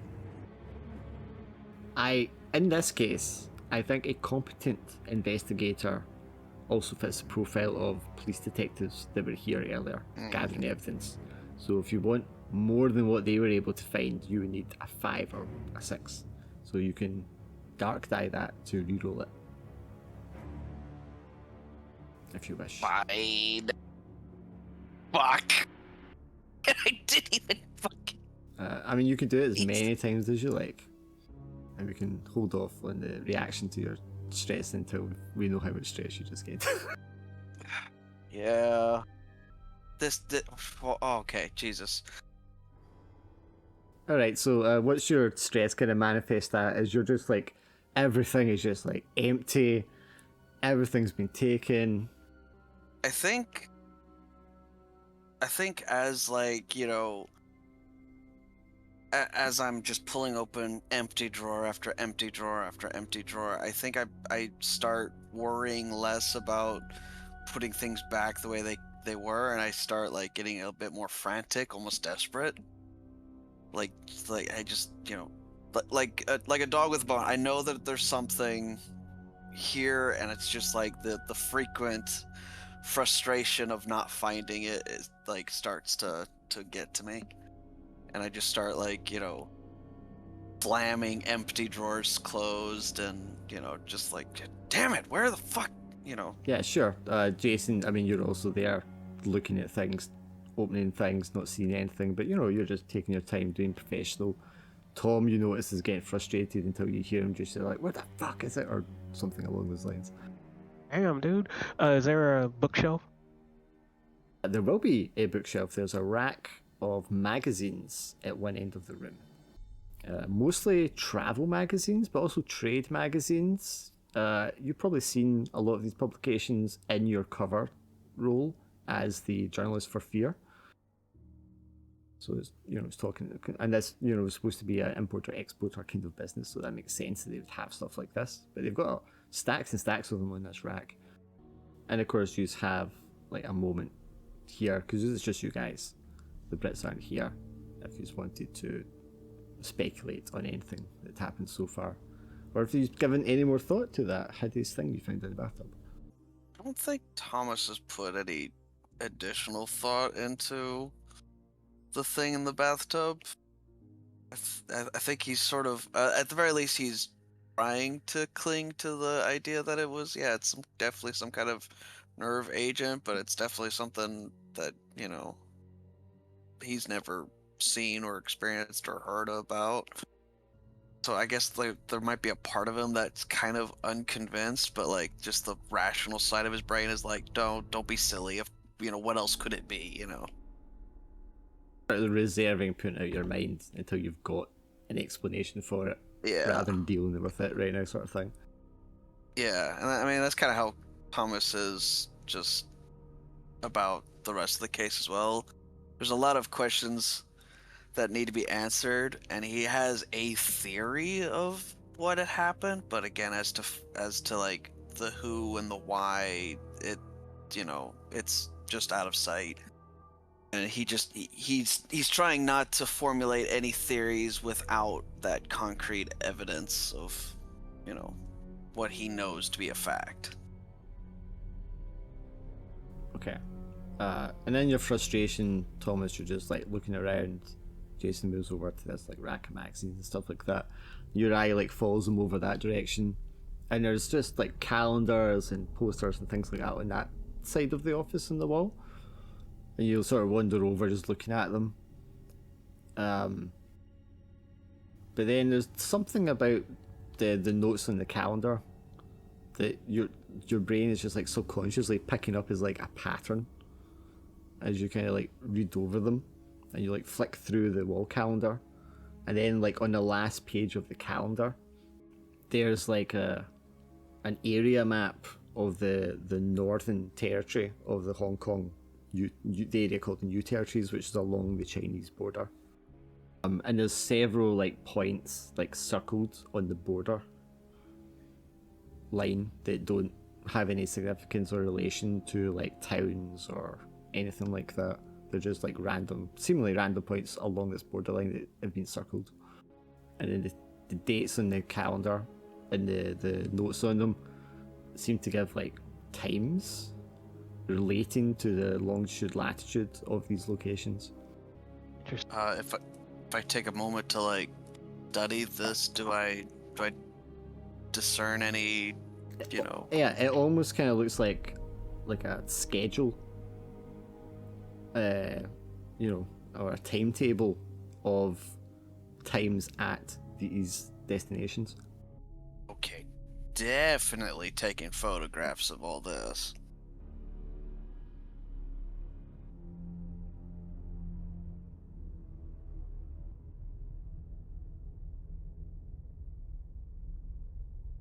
But okay, you said these lines were along the Chinese border. Yes, like, the border of Hong Kong and China, yeah. Okay. Oh, right. Okay, yeah. For some reason, my brain was like, what, the China-Russia border? But no, okay. No, I mean, if you go look at the map section, you can clearly see how it's the geography lies. But what makes them stand out is all the parts that are like highlighted. None of them are connected to a road, a crossing point, a town, or anything like that. Okay. So these might be some safe houses, some hiding spots. I mean, the guy was a smuggler, so these are meeting places, and then these times, the schedule might be Yep. and when he's gonna be at which location. Yeah, and we're only in 24th of March, I believe, at this point. So, you know, there's dates and times there going all ahead for like the next 4 or 5 weeks. Oh, yeah. Seem to be somewhat regular, like maybe twice a week. Anything else you want to do? I mean, did I already say bookshelves? Yeah. Like I said, it's not really a bookshelf, but it's like a big rack full of magazines. Nothing important then. We check the desk, nook and cranny for buttons or some shit. Sure. Why don't you give me a 2 dice investigation roll? You know what I'm going to offer you. Damn, that sounded so demonic. If you want to, Can't roll it again. Yeah. So if you want to risk stress, you can make it again with the dark die. Or I'm you gonna can just ask Calvin. Hey Calvin, you see anything here? No, you don't get to use me to not get stressed. Just roll it again. Either roll it again or don't. No. I'm role playing now. What would you say? I've already Calvin. looked at the desk, though. Sure, man, because I know there's something in here. I know it. Okay, then roll it then again. Make me in character. Acting like we have dice in our pocket. All right. That's how you do stress. Are you wearing gloves, Jason, when you're searching everything? Yes. The hell? Black leather gloves or something like that? Run your finger along the table. It's like indentations on the edge of the table. And you get down there and you're crouched down, squat down, real close and you look at it. And these are like really weird indentations. This isn't just like somebody pressing or dropping something on the table. It's not even like someone like going at it with a knife or anything like that. So you kind of like follow the indentations. You can see them on the underside as well, and you check underneath the table. And down there in the corner that everybody else has missed for some reason, there's a human tooth. Dum, dum, Oh. dum. Wait, huh? What the? How do you know? I found it. And it's not just like a whole tooth, but like it's cracked. Like a force has been applied and broken up. But it's been like ripped Tooth in out. an eye. But it's been ripped out by the root. So I mean the whole tooth is there. It's just been like damaged somehow. Was embedded in the table? Lining it up, I guess because you got the section, you're laying it up to the indentations in the table. And it's as if you can imagine somebody's like grabbed someone by the back of the head and just like smacked them into the edge of the table and their jaw is like bitten on it. And maybe this tooth just came loose. But it must have been extreme force for something like that to happen. Oh, how is this making me have stress? You tell me, it makes you have stress. What about that would stress you out? Oh, nothing. I don't know, because I've been seeing teeth bones broken and everything. So I'm like, how is this gonna scare me? Now, unless it's like some creature in there that I'm sorry, Dark. It's just I'm like teeth. Okay. Well, maybe what makes you stress though, seeing the tooth, identity, stuff like that, and you turn your head and you look back at the wall that Thomas is looking at, and the door there that has the sign for the toilets. And it just obviously makes you think back to the apartment where in the bathroom there was this big mess of body parts. And you're like, is there going to be another one of those things in this bathroom? Yeah. Okay, that'll work, Dark. Good job. I hand teeth to... Here's the funny thing. I hand the teeth to Calvin. I quickly go and search. I'm here, hold these. In quick session. Yeah, no, I'm good. Oh, no, I just put them in your hand. Throw open the bathroom door. It flies open. It's dark because the light's not switched on. Oh. I turn on my light switch. Could be a multi-man. I turn on my light, not the light on the thing. Yep, sure. Your flashlight. You can see the sink, the mirrors, the towel for drying your hands, the single cubicle with like the sort of light green wall door. And the toothless. That's it. You want to kick open the cubicle? Hey, Calvin.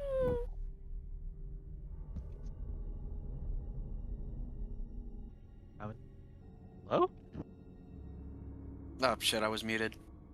As I was saying, hey, Calvin, check this out. What? Go in the bathroom and open this door here. Why am I? You're the lead. I'm the support. Exactly. So support. I'm behind the desk. On You're down. the field agent. Nice.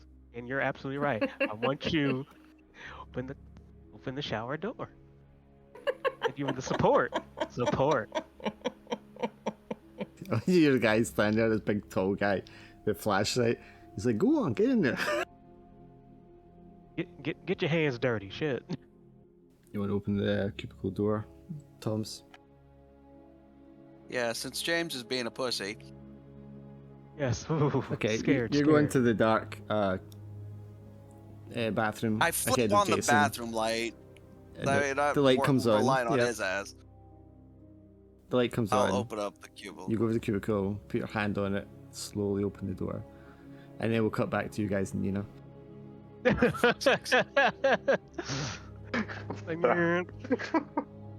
So you mentioned to her the red dragon. She said, rather, I don't know the fucking word for it. With her visible sort of like reaction, yes, Slater mentioned the red dragon. In his later states, when he was a little more incoherent and rambling, he mentioned red dragon several times. Okay. Do you know what the red dragon meant? Draws in a cigarette. I don't think Slater knew what the red dragon meant. One time it seemed like it was a person, another time it seemed like it was a body of people, an organization. Other times he made it sound like it was a project or a weapon. It just, even within the same conversation, he would change its meaning, its reference. Okay. But by that time I had assumed the poor man had lost his mind. Well, the girlfriend was in a bit of a weird state in a bathtub. Didn't look normal. Mark just mentioned that, but he was going to omit the details. Yeah, I don't know that we need to go into it necessarily. Oh, okay. Can you tell us anything more about Mordred? Mordred? Yes, it said that you were. It's something that came up in Slater's personal reports, but we don't have any further details on it than that. I don't believe he ever mentioned it, no. Should I roll to check her reaction on that? Yeah, you can roll 2 dice if you want. She's going to sip on her glass of wine, kind of thoughtfully for a second. Yeah, can you also roll for the fact of like her mannerisms and her posture? Well, that's what he's doing. Yeah, okay. He's using his old psychology. Yes. She doesn't look like she's lying, but she does look like she's like, like thinking, like putting something together at that moment. Okay. Can I roll a dice and see? Because like No. I feel okay. He got it. Damn. Access denied. He's the more trained one for the psychology stuff, so if he gets it, that's what you're going to get. Alright, okay. You were going to ask her about another person, Mark. Can you tell us anything about a man called Bowley Fanning? She smiles, like a genuinely reflexive smile, and puts her glass down. You mean Li Feng? Is that another alias? We don't have that name for him, but clearly you know more than we do. No, when Slater arrived, he didn't have a good grasp of the language, or the culture, or anything of the area, to be honest. He went his first year or so, it might even have been into his first year, when he made an introduction with a man called Li Feng. But because, I guess, of the accent or the drinking that was involved, he did not understand that he had mispronounced the name. And he had written in his reports for quite some time that this man was called Wu Li Fenning. But that turned out to not actually be the case. And eventually we were able to correct him that it was a Wu Li Feng, which is an individual that whose name is known. Do you know anything? Were you part of the investigation of him? Yeah. Again, I'm a support officer. I'm not actively part of the investigation per se, because we're not investigators. We are intelligence officers. And I am there to provide support for the intelligence officers so they can perform their duties. And to help facilitate, the transfer of information or, assets that are needed to help the assets that are being developed. Can I have a wee look round to see if there's anyone that's watching us? Sure. You can roll 2 dice and be investigate. Yeah, I mean, you've got your training, such, and you look around, no one seems to be listening. There doesn't seem to be anyone suspicious here or any kind of surveillance. Do I notice as well if she's like tapping or anything on the table? Giving signals or tells? No, she doesn't seem to do anything like that. I mean, she is a trained professional, but she doesn't seem to be. What about her dress? How is it that she's dressed? I told you, like a green pencil skirt and like a yellow blouse. Okay. What about the bag? Like a brown, like light brown leather bag. Do I notice if she's got any like documents in it? It doesn't look like she does. It's not a big bag. It's a fairly small one. It's like sat beside her on the booth. Okay. She's not made any effort to apart from getting her cigarettes out, she hasn't done anything to touch it or move it or anything like that or interact with it. Okay, so do you have any information for us? We came all out here. Be nice to have some information so that we can strengthen our case. Tilts her head a little bit. I'm happy to give you any information you can ask of me. I've answered all your questions so far.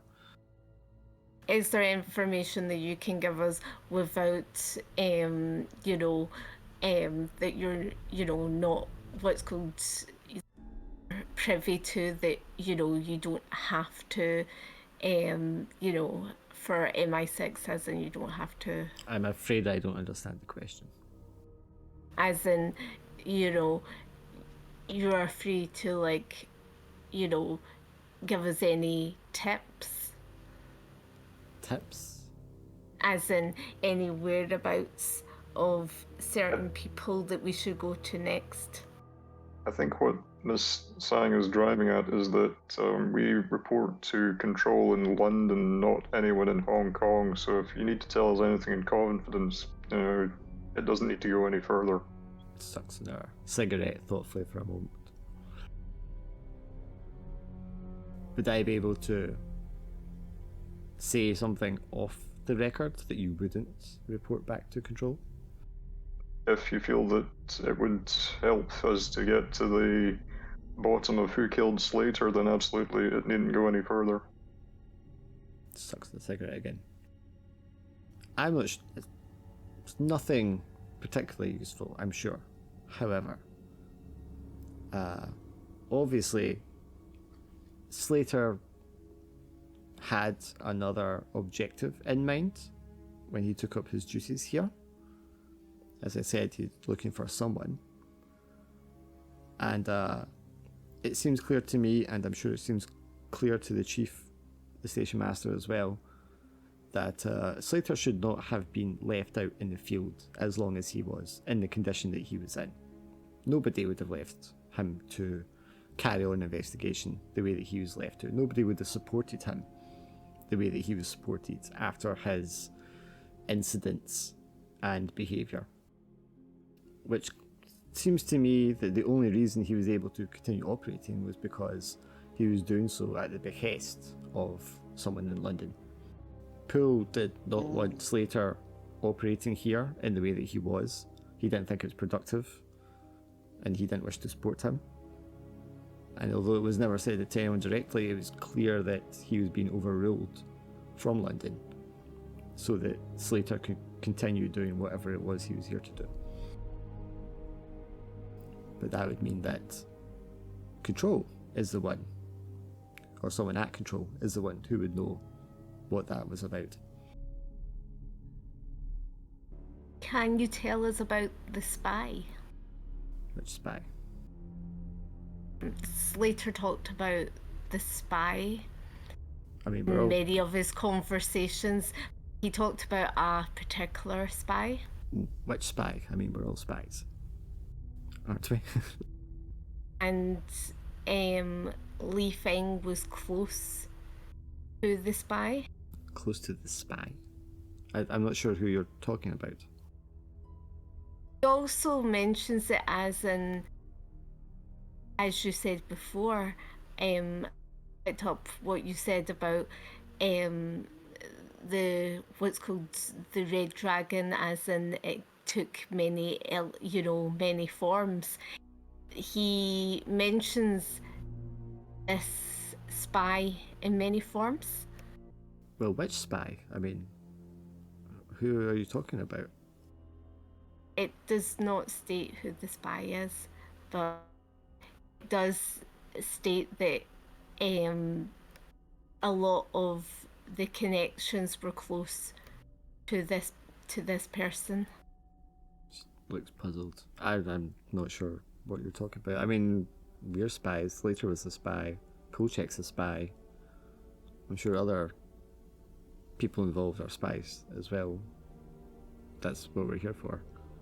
Unless you can give me some other context to who he's talking about, I don't think I can help you with that. Do you have any reason to believe that Li Feng might be involved in his death? I mean, Li Feng is a gangster, a lifelong career criminal, a violent man. I wouldn't think it's out of the realm of possibility he had something to do with it. Although I'm not entirely sure what the depth of their relationship was. I mean, Slater had become increasingly paranoid, so I think perhaps he felt he was in danger. But Could it be that Poole is connected to the Triads? scoffs. I find that highly unlikely. Can I roll a dice to see what her You don't need to. like, She okay. does not think that's going to be a possibility of being real. Do you know the whereabouts of Kolchak? Unless he's been arrested recently, I think he's on the run. The Hong Kong police had quite a strong case involving numerous counts of fraud, conspiracy to defraud, smuggling, people trafficking. I believe if he's not been arrested, he'll be arrested soon. If the Soviets haven't got to him first. Will that be all, or was there anything else? Mark, do you have anything else? I think that covers everything we wanted to ask about. But all I would say is, given the nature of Slater's death, I would implore you please be careful. I don't know how far this goes, or whether anyone involved with Slater may still be at risk. Of course. Thank you for your concern. If there's anything else later that you feel you need to ask me, I'm happy to answer. I said I was very fond of Reese. If there's anything I could do to help bring his killer to justice, I'm more than happy to help out. Thank you. Your cooperation is much appreciated. I'll also give Nina our contact details in case she needs to get in touch with us directly. Yep. Sure. Okay. Okay. Thank you very much. It was a pleasure to meet you both, she says, and gives you both Yep. a handshake. Picks Please up- enjoy the rest of your vacation. Yes. She smiles. Thank you. She puts the cigarette away, puts her glass aside, picks up her handbag, dusts herself off, and leaves. I just kind of notion to Mark to kind of, like, maybe we should follow her. I don't know. Do you think we have reason enough to suspect she would go somewhere that would reveal something, or? I feel like we should follow her to see where she goes, just so that we can eliminate her from the process.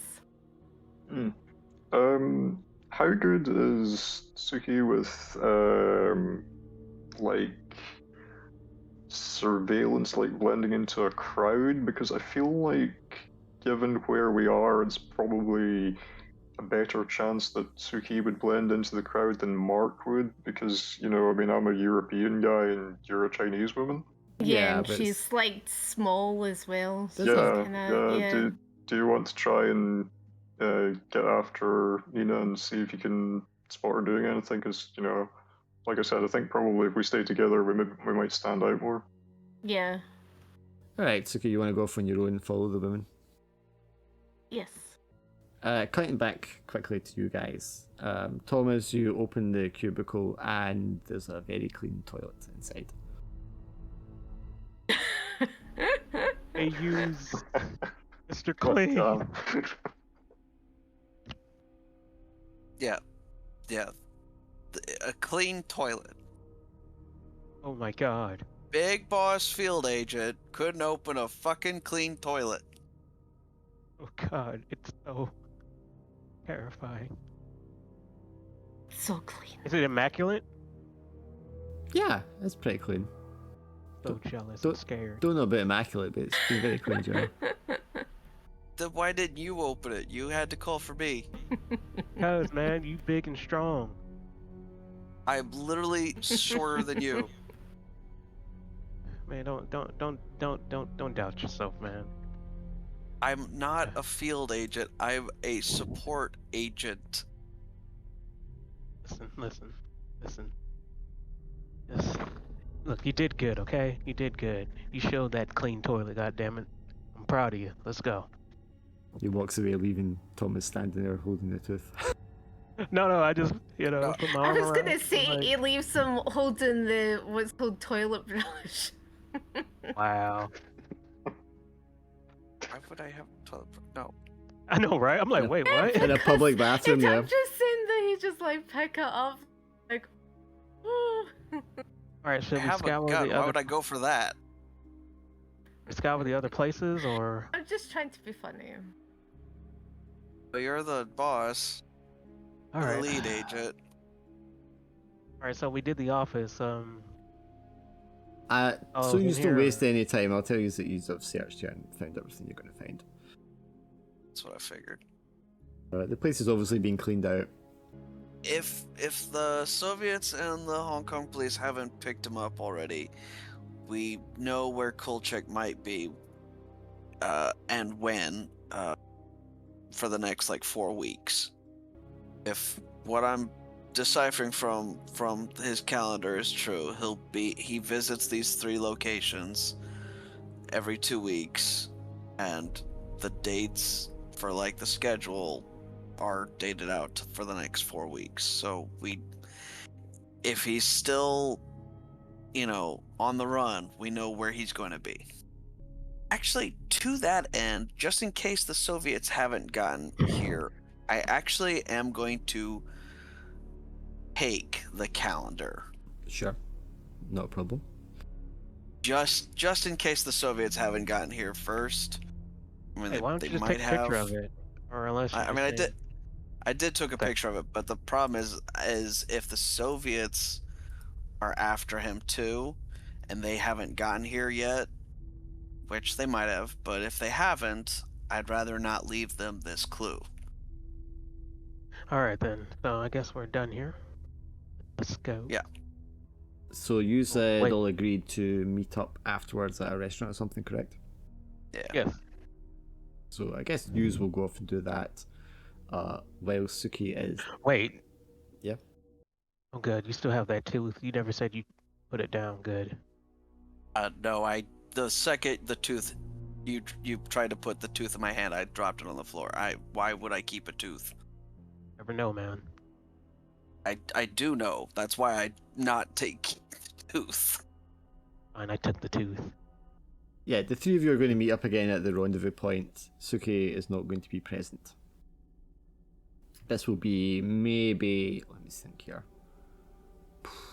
half an hour, 40 minutes later. Okay. Do I? What's? Well, you're away I'm- tailing yeah. her.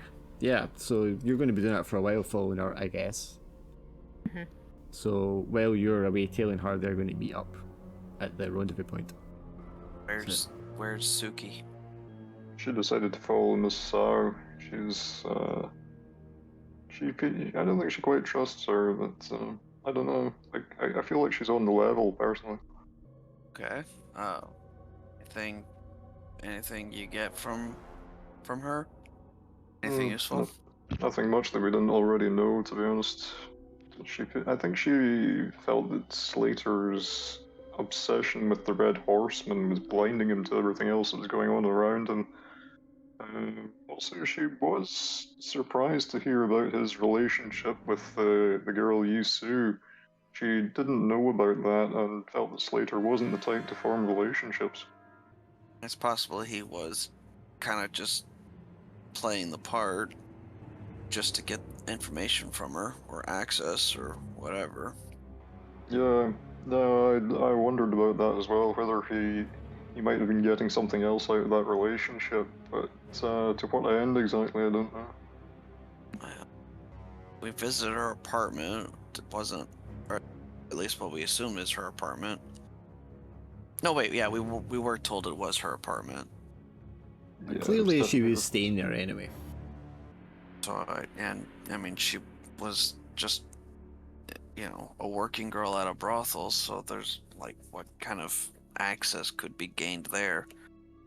I think we actually did gather evidence of what that might have been about. Fiend. I mean, I have suspicions certainly, but I was just I don't checking. know I that- couldn't remember if it's just something that was inferred or something explicit, but I think it's more inferred. Yeah, I mean, I Yeah. could hazard a guess, but I think that would be a kind of a meta thing, and I'm not sure it's something that a connection I would necessarily have made in character. I mean, you've got the same information that your character has at the moment anyway, so I mean, if I'm good to say it, then my suspicion is that Slater wanted someone as a sacrifice for these other people that he was involved with. That this was something that would get him in further into the group with the Red Horseman. Jesus. Someone who wouldn't be missed. Yeah, I could actually see where you're coming to that conclusion. I would never have thought of that. My feeling is that our man Slater was so deep into this that he wasn't afraid to get his hands dirty. Because in his recording, he also mentioned. Yeah, Whoa, or yeah, he didn't, because he mentioned the initiation ceremony that he went through with the poor boy nailed to the floor, and he also in his recording he didn't mention anything about trying to run away with someone or trying to run away generally. Yeah, no, that. How did I not think of you that? just blew Swindle's mind. Yeah, I just. Whew, I need a moment. I mean, again, that's just speculation. I don't have any hard evidence for that, but looking at what we've got, that's what it suggests to me. I mean, it's obviously just a theory. It's not concrete or anything, but like there is evidence that suggests that. I mean, it doesn't. It's not so out of left field that it doesn't make sense. Like, Jesus. How did you guys get on with the Kolchak's office? Did you find anything useful? On this, and I put the tooth down on a calendar. A tooth? I don't know why he thinks that's useful, but it's evidence that someone recently or at least, someone had their face slammed into Kolchak's desk.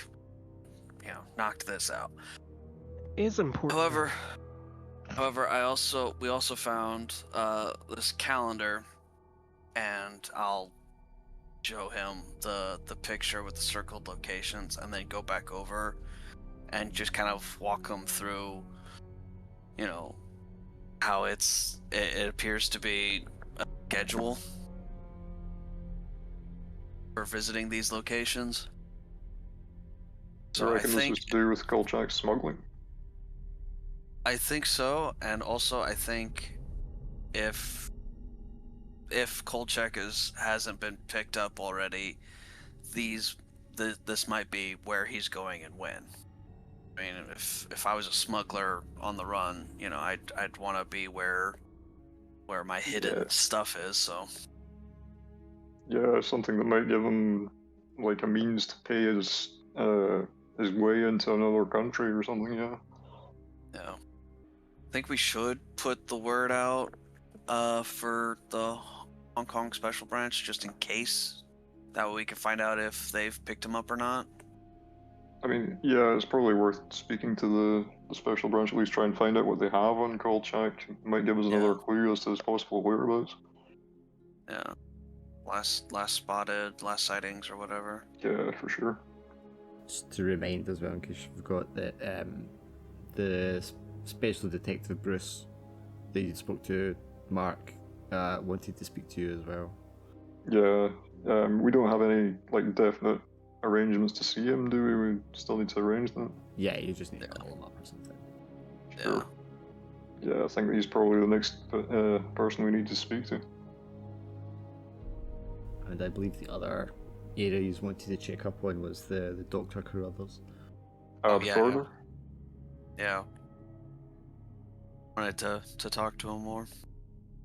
So we're at sort of evening time, 6-7 p.m. roughly. As you're like sitting down, presumably having a drink and a smoke while you like talk this out, waiting Definitely. for Suki to like call in with what she finds. So Suki, you follow Mrs. Sow as she leaves the restaurant, and she goes down the street. She goes up to one of the public payphones and makes a phone call. And then after that, do you want to make a risky action roll for me, please, with 2 dice? Okay. Sorry, I'm scared. Sorry, 1 dice, because she's also trained. What are you scared about? You're just following a spy. You're also a spy. Kind of. Yeah, why the support officer is trailing the spy is a mystery, but you know. Yeah, you follow her, and she seems to go down the street. She catches a bus. She goes to another kind of like bar location place. I forget what day of the week it is. I think it's midweek still. I think it's Wednesday. I've got it up there in the chat somewhere. I need to find it. It's the Wednesday. I think we're actually on the Thursday now because it's 24th. But yeah, she's going to meet up with some people, other females, and they sit and they spend their time sort of like smoking, drinking, chatting, probably ordering like, you know, fries or something like that while they're sitting there. And she's going to spend the next couple of hours doing that. And as you're kind of like sitting, like watching her from outside another table, wherever you choose to, you're eventually after a couple of hours, she's going to get up and she's going to leave, and she walks with a friend. And then eventually her friend gets on a bus, and then she calls a taxi. Do you want to also call a taxi and follow her that far, or at that point are you willing to leave? I think like, yeah, I think I'll go for it since I got the advantage. So yeah. Yeah, you follow her back down to an area with like nice apartment blocks on the eastern side of Central. This looks to be where she resides, where she lives, and she goes into the building. You go up to like the glass doors of the building just to try and see if you can see where she's going, like what floor she's on, but she's already like in the elevator by that point. You come out of the building, you're just kind of like writing your notepad, making a note of the address in case you need to reference it later. When across the street there is like another block of flats. There's only like 4 stories high, and this very tall, dark figure is like standing across the street from you when you come out of that building. I mean, you look up, he seems to like turned his back and is like walking away into that building and up the stairs, but you feel like he was watching you a moment ago.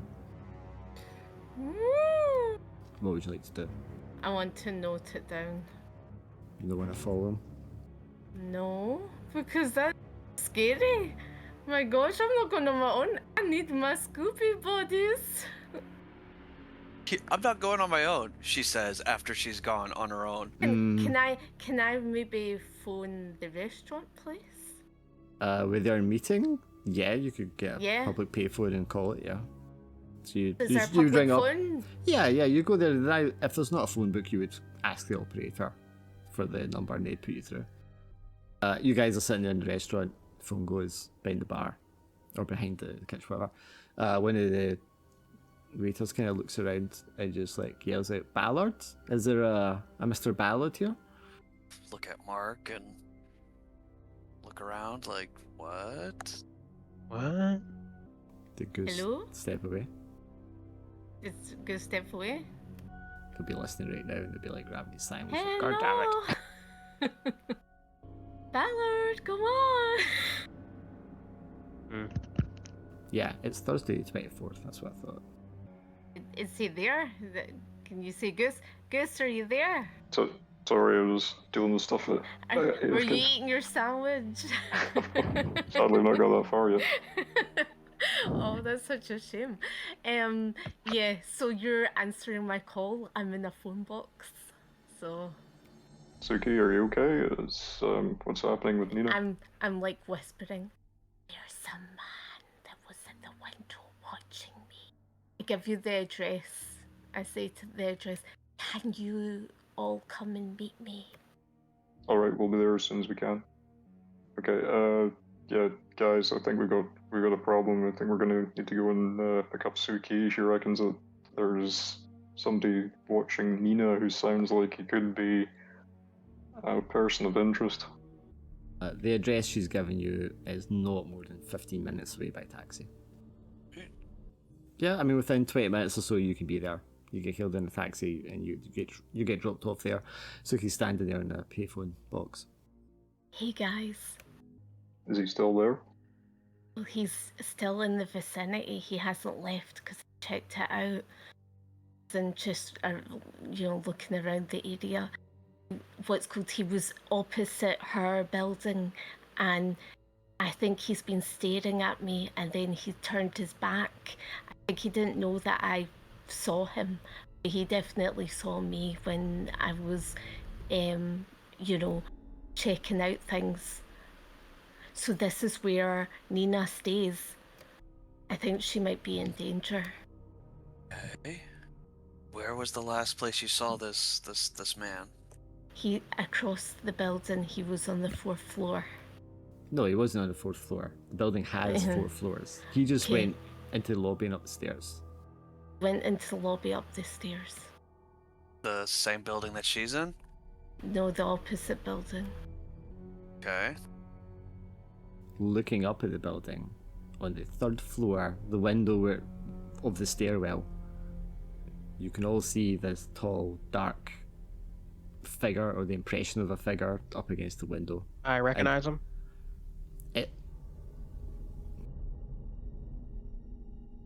Because he saw him, didn't he? Give me a dark dice stress roll. Please. Yes. If not physically the same, it gives you the same sensation of that tall, Alright, dark no more figure. stress for me. That's the guy I saw at the races. He's just standing at the window looking down at us? Well, or- and then when you catch sight of him, he kind of like turns and moves up the stairs again. Let's follow him. Yeah. Okay. Especially if James is recognizing him from the horse races, we're under surveillance. We need to find out who's watching us. What form do you take in pursuit of this individual? Running, sneaking, spread out, tactically, what? I think, perhaps 2 of us go upstairs, 2 of us, scope downstairs. I'm fine going upstairs, is fine. And then sneaking. Yeah, I think, Who's coming with me upstairs? are there any other entrances into the building, or is it just, the front door? No, there will definitely be rear entrance to the building as well as fire exits. Okay, well maybe two of us go in one exit and the other, and then Yeah. Two of us need to watch the exits. Two of us need to go up So, after the guy. well, Goose is away getting food or something like that, so let's say he's watching an exit. Who wants to come with me? Do you Well, want to James come with is the- me? I'll James do is it the this lead. time because oh god, shut up. You know what, Calvin? You go ahead since you said that. No, you recognize the guy. The Oh, two yeah. support officers, they just like go, you two the support officers go on. Yeah, it would not make sense for two spore officers to be chasing after him. Yeah, I was gonna Yeah, say exactly. that. Yeah, sit down, Calvin. Yeah, me and Yeah, Mark. Me and Mark are watching the exits. Okay, that's fine. So we'll go.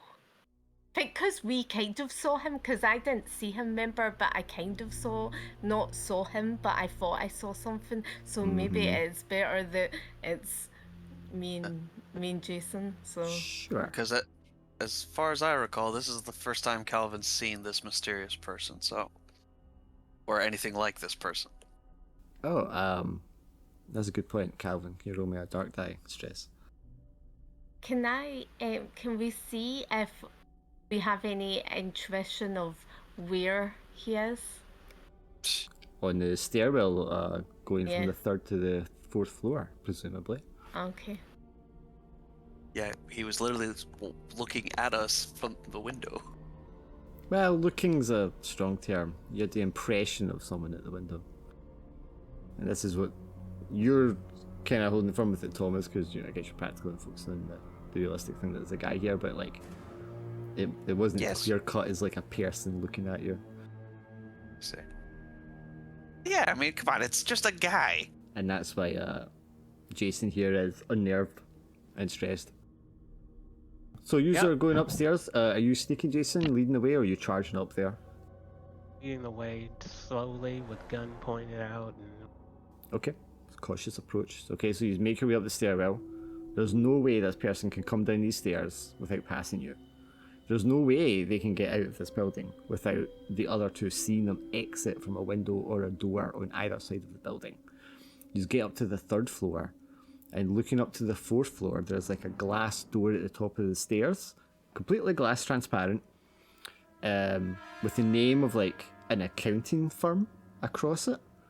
And then beyond the glass is just like grey white, as if it's like full of fog or smoke. What is that? I take a picture of it. Sure. So, what do you just want to do? It's all good. If it's got full of fog, I feel like we shouldn't really go in there without having proper masks on. There's nowhere else this person could have gone except through that door. Could have went out the window. 3-4 stories up. I think Oh, you could might have I heard them scream in pain. Could have shimmied down the No, drain pipe. you've been watching. No, they couldn't have got out there without being spotted. Yeah. Maybe. So you're presented with this door. What do you just want to do? It's a glass door. oh yeah, open the. Okay. How It's do you not- want to open it? What's up? I If don't you want to open it. I want to just like knock on the door and see who turns up. I mean, if you chap on the Okay. glass door, it'll just dunk, dunk, dunk. No one answers. We know that you're there. Come out and speak to us. No response, no voice, no movement. I mean, it looks like it's full of smoke or mist or fog or something on the other side of that door. There's gentle sort of like, but there's no like movement to it to indicate there's anything in there moving around. Yeah, I just think like a room that's smoggy, I would just be like, right, like, let's phone the, what's called the family department, the fire department, right? Yeah. Just like phone the fire department because there's like, it looks like smoke. So what do I do? Oh, well, chap on the 3rd floor door. So knock on the 3rd floor door and Well, I mean, See if they've got a phone. on the third floor, there is a door that opens up to like a long corridor, and then there's like apartment doors left and right all the way along the length of the building. Okay, we'll knock on the nearest person's door. You want to just knock on someone's door? Okay. Yeah. You knock on the door. It takes a second. You hear like cutlery or something being put down. And then someone opens the door and they've got like the chain on the door. Yes? Hi, there's a fire in the building on the 4th floor. Can you phone the fire department if you got a phone? What? Fire? Yeah. On 4th floor? Yes. Can you phone ambulance as well? Why would you think there's fire? Because there's smoke in the room. Oh, no, they're fumigating up there. Oh. Yeah, whole building cockroach problem. And then Laura's cut out. Or her laptop's died or something. That's some Cthulhu shit. She just vanished. Fuck that. Swallowed by the Scary. darkness. It's when her laptop overheats, it just fucking cuts it. Yeah. Because laptops are shit. Yeah. Says I also play on a laptop. So, yeah, Jason, so you're going to overhear what's been said anyway. What would you like to do? Her do phone call right now, or oh, we're on the mission. My bad. And Suki's trying to get a phone call going. Yeah, I mean, but the person would be like, oh, it's not fire. It's been fumigated upstairs. That's what the smoke is. So what are you doing? Thanks, Dark. What do you mean, thanks? Stressing over this. I'm stressing over the stress. Yeah. Screen Better froze. try to open the Yeah. door, or I was just asking Glenn what he wanted to do. Nothing else happened. Right, so they said fumigators are Yeah, in that's there? it's been fumigated for the next Okay, couple of days. Do you have any masks? Matt? No, why would I have a mask? Because there's a guy up there with no mask on. What? No, Yes. you can't go in there without a mask. Yeah, Well, he's not he's got a right. mask. right? Look, But there was lady. glass. Yeah, it's a glass door. I see him through the glass door, or No, you just see like grey-white smoke. Or fog or mist or however you want to pronounce it. here's the thing. I want to go in there, but kind of action movie time. Take off my shirt and cover myself. Right, so you start taking your shirt off. The person at the door, Suki, is just like, look, I don't know what you're talking about. I don't have any masks. I don't think anyone's up there. Leave me alone. Closes the door on you. Okay. I'm there. I take off my scarf and then I wrap it around my Your scarf that you're wearing in Hong Kong in March. Well, actual people wore like silk scarves. I stop you. I'm like, no. Let me do this. What is it? I said, let me go in. All right. Take my shirt, wrap it around my face, and door open. Well, the door is locked. So it's glass door with just like a kind of gold-coloured like pull handle on it. With a fairly Okay, well, modern lock. Because I don't have anything covering my face, I'm gonna move downstairs. Sure, you're going to step back. Step back, go downstairs. So I'm at the bottom floor. Okay, you're going all the way downstairs and leaving him up there on his own. Yeah. Well, I thought wanted Calvin to was here. cover- He's outside watching the entrances. Oh, God. All right, action movie time. Yeah, I'm with them now. I'm Okay, with Jason, Calvin. you go downstairs and tell well, by the time you get downstairs, he's going to have done whatever he's doing. So, Jason, you're there. You wrap it around your face. The door's locked. What do you want to do? All right, kick the glass in. Right, you want to just break it down to go in? I mean, unless you said is it a bolt lock? It'd be like a Yale lock, like a modern lock. You would still have your tool Can to it be try picked? and yeah, you can try and pick it by rolling 2 dice. Yeah, you guys have tools that allow you to do this. I was gonna do two things. So first, I'm gonna try to pick it. Mm-hmm. Risky action. or- 2 dice risky, yes. That is not a problem. You can open that door, no problem at all. Win. So it's now unlocked. What's your next thing? I go in with the mask Alright, on. just open it and just charge in with the thing Well, not covering charge you. in. Carefully go in, Check. weapon drawn. Yeah. Yes. I just like to be clear. And you've got this thing over your like nose and your mouth, yeah. Okay. Let me say it fully. I got my gun. Have the mask over my face, not my face, my nose, my bottom, lower half of my face, and I slowly go in. Okay, no problem. So on your character sheet, there's a section there called Harm with 3 tiers of injury. On the first tier, I would like you to write Chemical Burn. And then make a stress roll. I'm good. You can blame Laura for this later. It's not my fault. Very You much your left fault. him.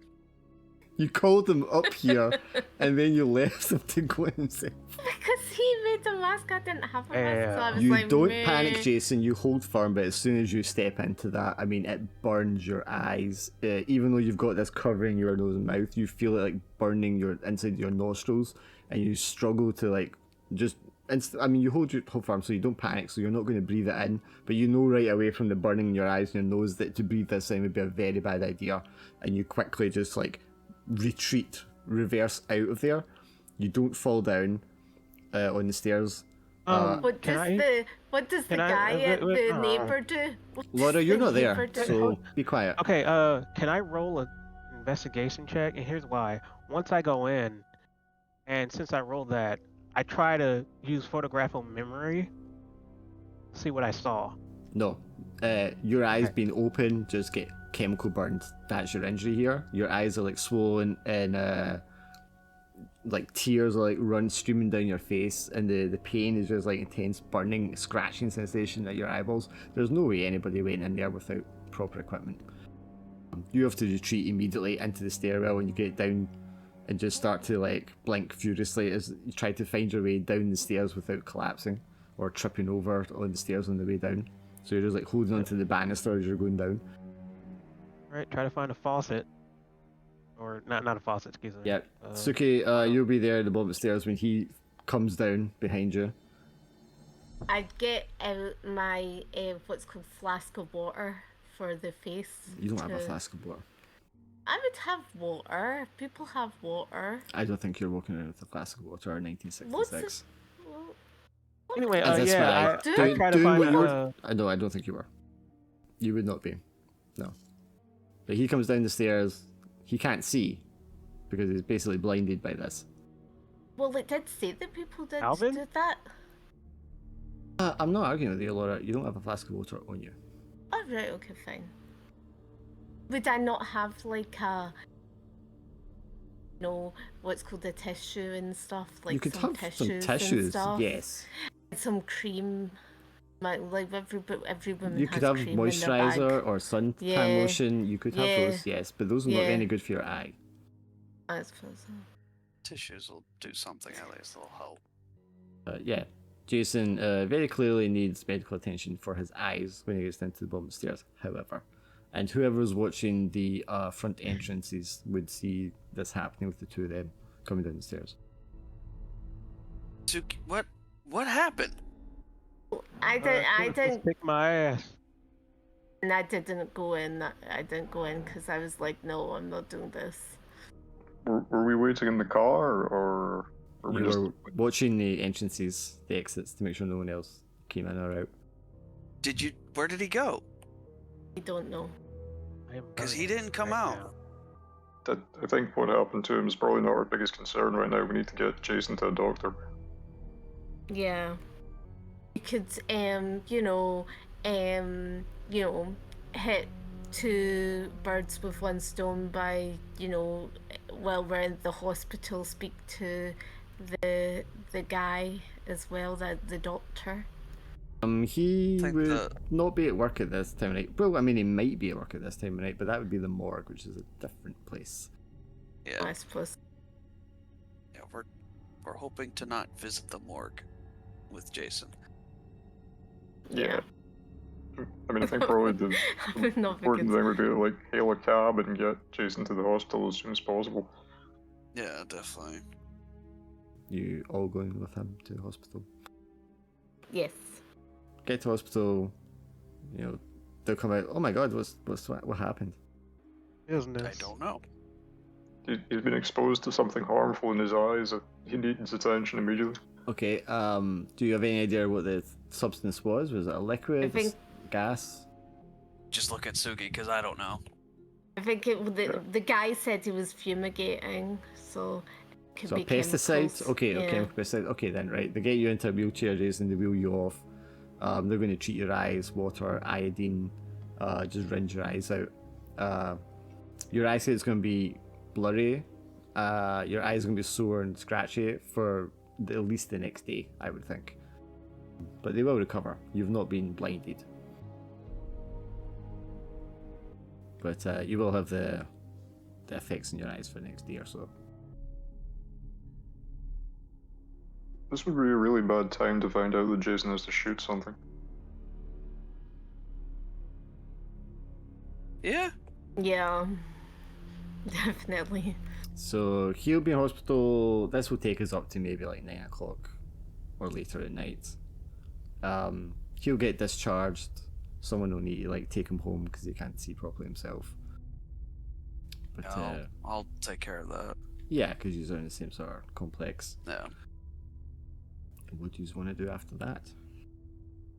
I was thinking that Maybe It's you've been- thought enough. Yeah, I was about to say. I was a wee like, bit worried for Nina. It's like we kind of just like left her, as in Yeah. she's in that apartment, you know, with that strange man being around. Is she yeah, though? we kind of just left her the same way you kind of just left Jason up there. What was up with that? Yeah, well, I told him not to go in there. I said, don't go in. You're right. You did your part. Yeah, I did my part. Like, you know, he's a big boy. He can he took the consequences of that. I said no. I feel like this is exactly the relationship the different intelligence agencies would have. Yeah.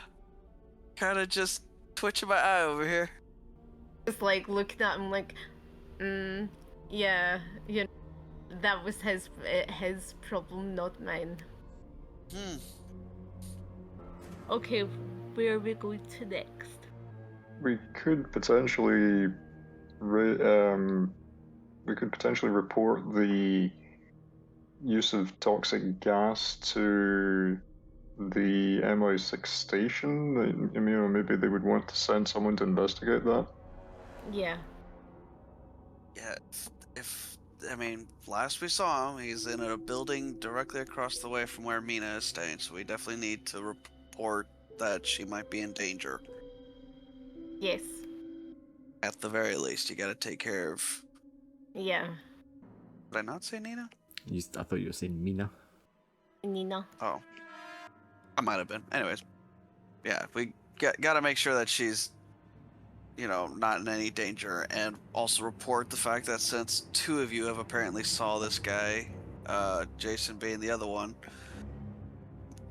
probably ought to report that, you know, somebody's watching us. Yeah. All right. Who do you want to tell that you think Nina is under surveillance? Who would be the best person, Mark? Well, I mean, if we report it to control, then I don't know if there's much that they could do from a distance, because, you know, they're not, that we know, they don't have anyone else directly involved in Hong Kong. You know, our people, their people in Hong Kong is us, effectively. So I think probably we need to be Louise West at MI6 if we want to get someone over to like check out the place with the gas that Jason was exposed to. And check out Nina's apartment as Yeah, well. I mean, yeah.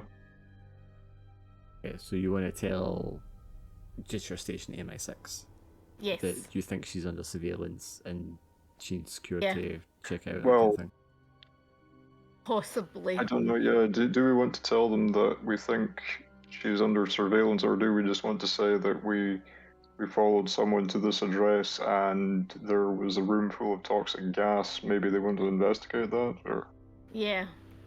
like we. I think we should mention her as well, though. I think we should get someone to go over there, to check out as well. Yeah, I mean, we could say we believe it's in the vicinity of her address. We don't necessarily need to tell them that we think that it's someone following her, I guess. I suppose. Mention a suspicious person. Yeah. Okay. I mean, yeah, you can call up the station, report that there's the building being fumigated across the street. Yeah, and there was a suspicious looking person. Okay, that just, so you suspect there's someone surveilling her. Well, Yes.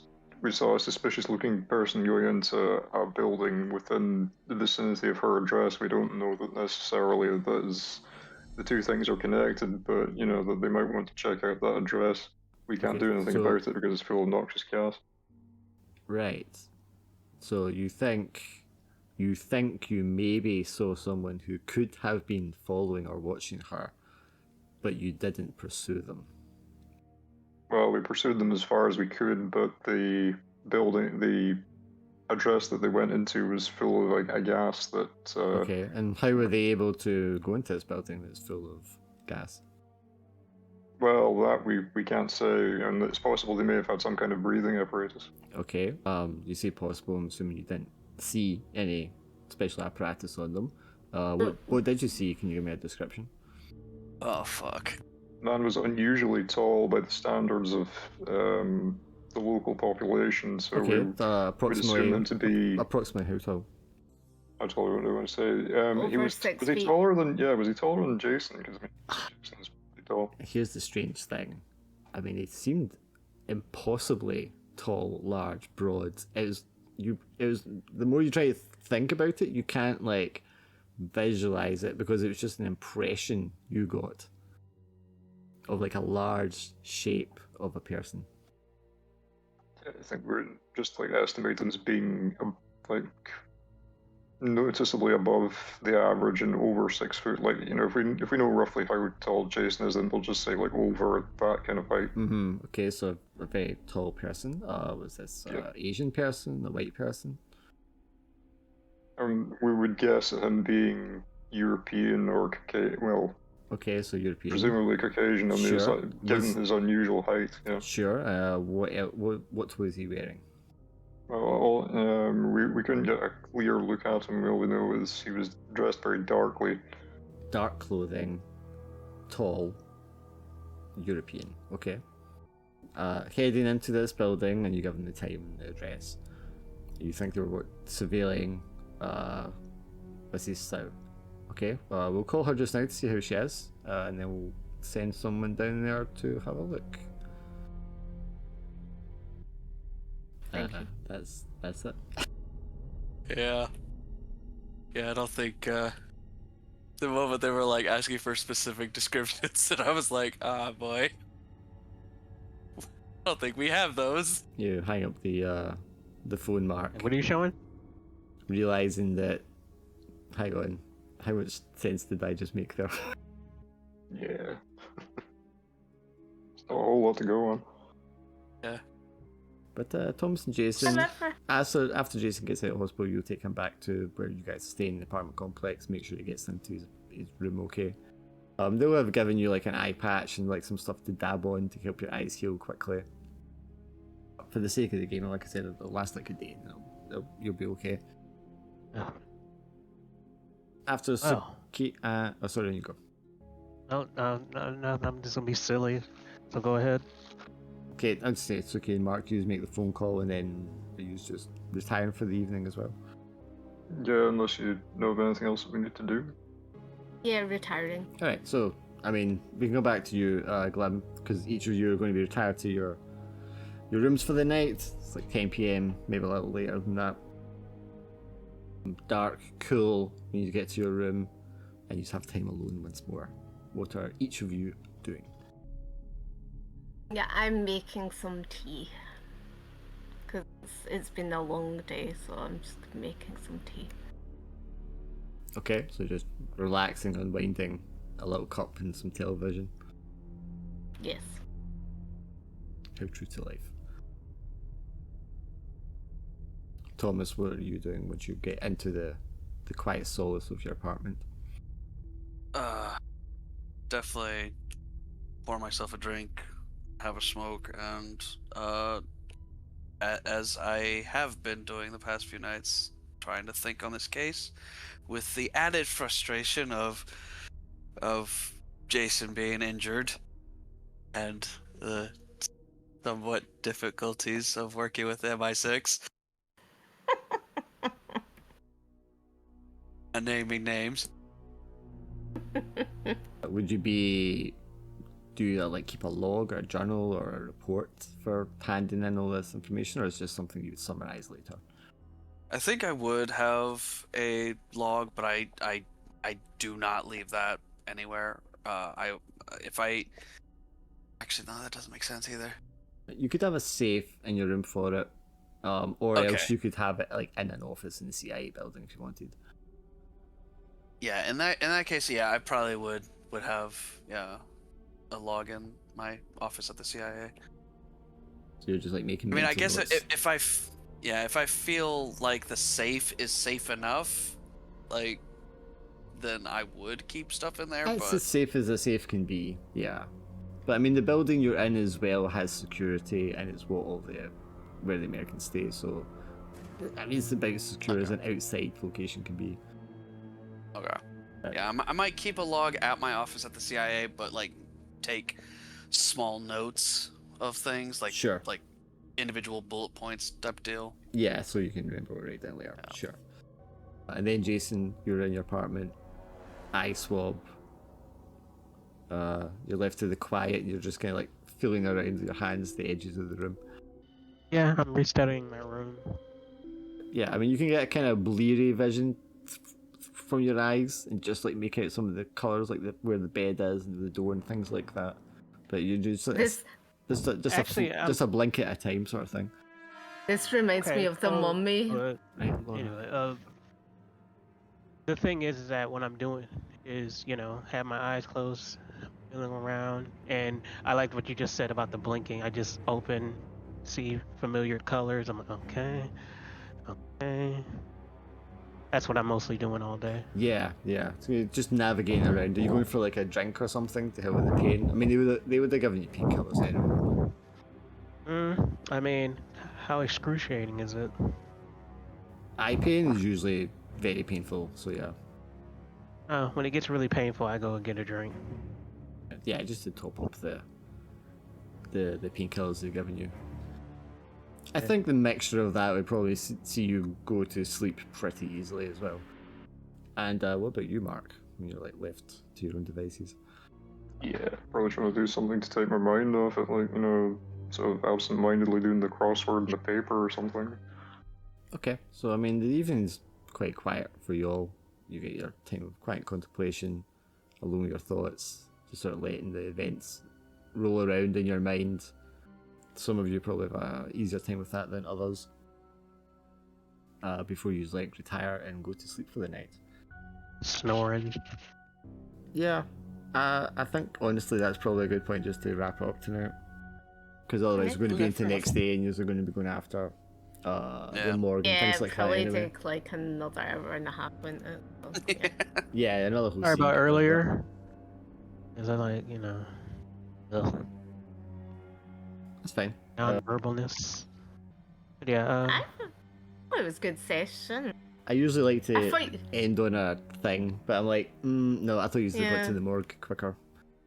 I thought you were gonna do. I thought you were gonna when he said like he could see all the like colors and stuff. I thought you were gonna go, and then there was a dark shape at the corner of the room. I thought you were gonna do something like that. He already did that the other night. Like, you Yeah. gotta space those spooky moments out. Although Yeah. I was fully expecting one of us to have some sort of visitation I was literally just over here Yeah. bracing for a name to be called. Like, Oh, I was so, ready for I was while you were blind sleeping. fighting. I was running through my head, looking at everything, and I was like, no, actually, no. I would just have been throwing it in there for the sake of it. I don't think that's Yeah. worth it. Man, I was That's- ready for that's blind fair. fighting because I was about to show my skills. Well, it's still a whole day that can happen.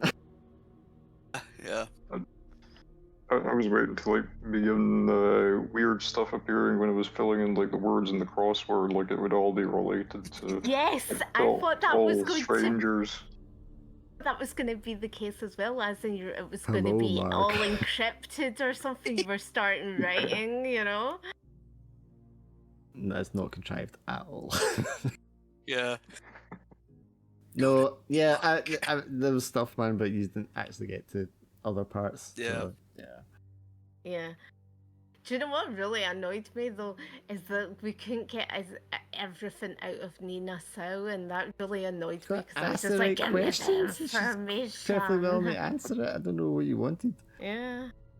She Felt was like she was answering everything. Yeah. So she was Just as kept asking the wrong forthcoming as ones. we could expect, really. Yeah. Tell me what information you wanted her to give you. I wanted her to give us more about Like? Bully and stuff. She Bully thing. She told you and- about Lee Thing. Yeah. She told that it was. Yeah. She specifically said he's a known individual, which means there will be a case file on him. Yes. Exactly. Yeah, we should probably request files on it. Yeah. And again, her knowledge is limited more so than Slater because she was the support officer, not the lead, not the field agent. Yeah. That's true. I don't know if you ever saw Chungking Express, but just when you said like Nina was blonde, I just immediately thought of I'm gonna post this. Yeah, Bridget you know Lynn. what? What I was feeling like, you know, what happened to his previous person that he worked with, who was the person. Well, she's the only before? person that worked with him here in Hong Kong. Oh, right, okay. Yeah. That's when she's been They're working with him with- for the 4 years that he's been here. But I wonder if, you know, in England, who the Germany. person, Germany, who the person he worked with in Germany. Because that might be interesting as well. Because we had links with him as well. So, or her as well, you know. Figure the Might be revelation first. that I figure the revelation that Slater, or at least the implication that Slater was here in Hong Kong and wasn't, you know, fired for all of his incidences was because Control was basically waving him along. I feel like that implications should be a bit more concerning. Yeah. I mean, I think there's definitely something rotten at the top of the tree. Yeah, Yeah. I think there was definitely, like, you know, they just wanted that information, so it was just like they didn't care if he was like the dangerous, the bearer the information. And I feel as well for the fact that he got so sort of obliterated every night, and you know, well, it was just to do with all that heavy stuff that he had to deal with, like, you know, during the day and at night, and you know, it was just really heavy going. He must have maybe seen something that, you know, That noise. was horrific, you know. Are you scratching a cat, Laura? What? Are you scratching a cat?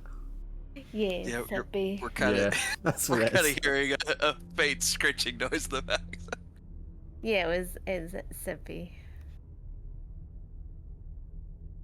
We're just Yeah, rubbing no, our head. I know what you could hear. Yeah, just in the background while you were talking the whole time.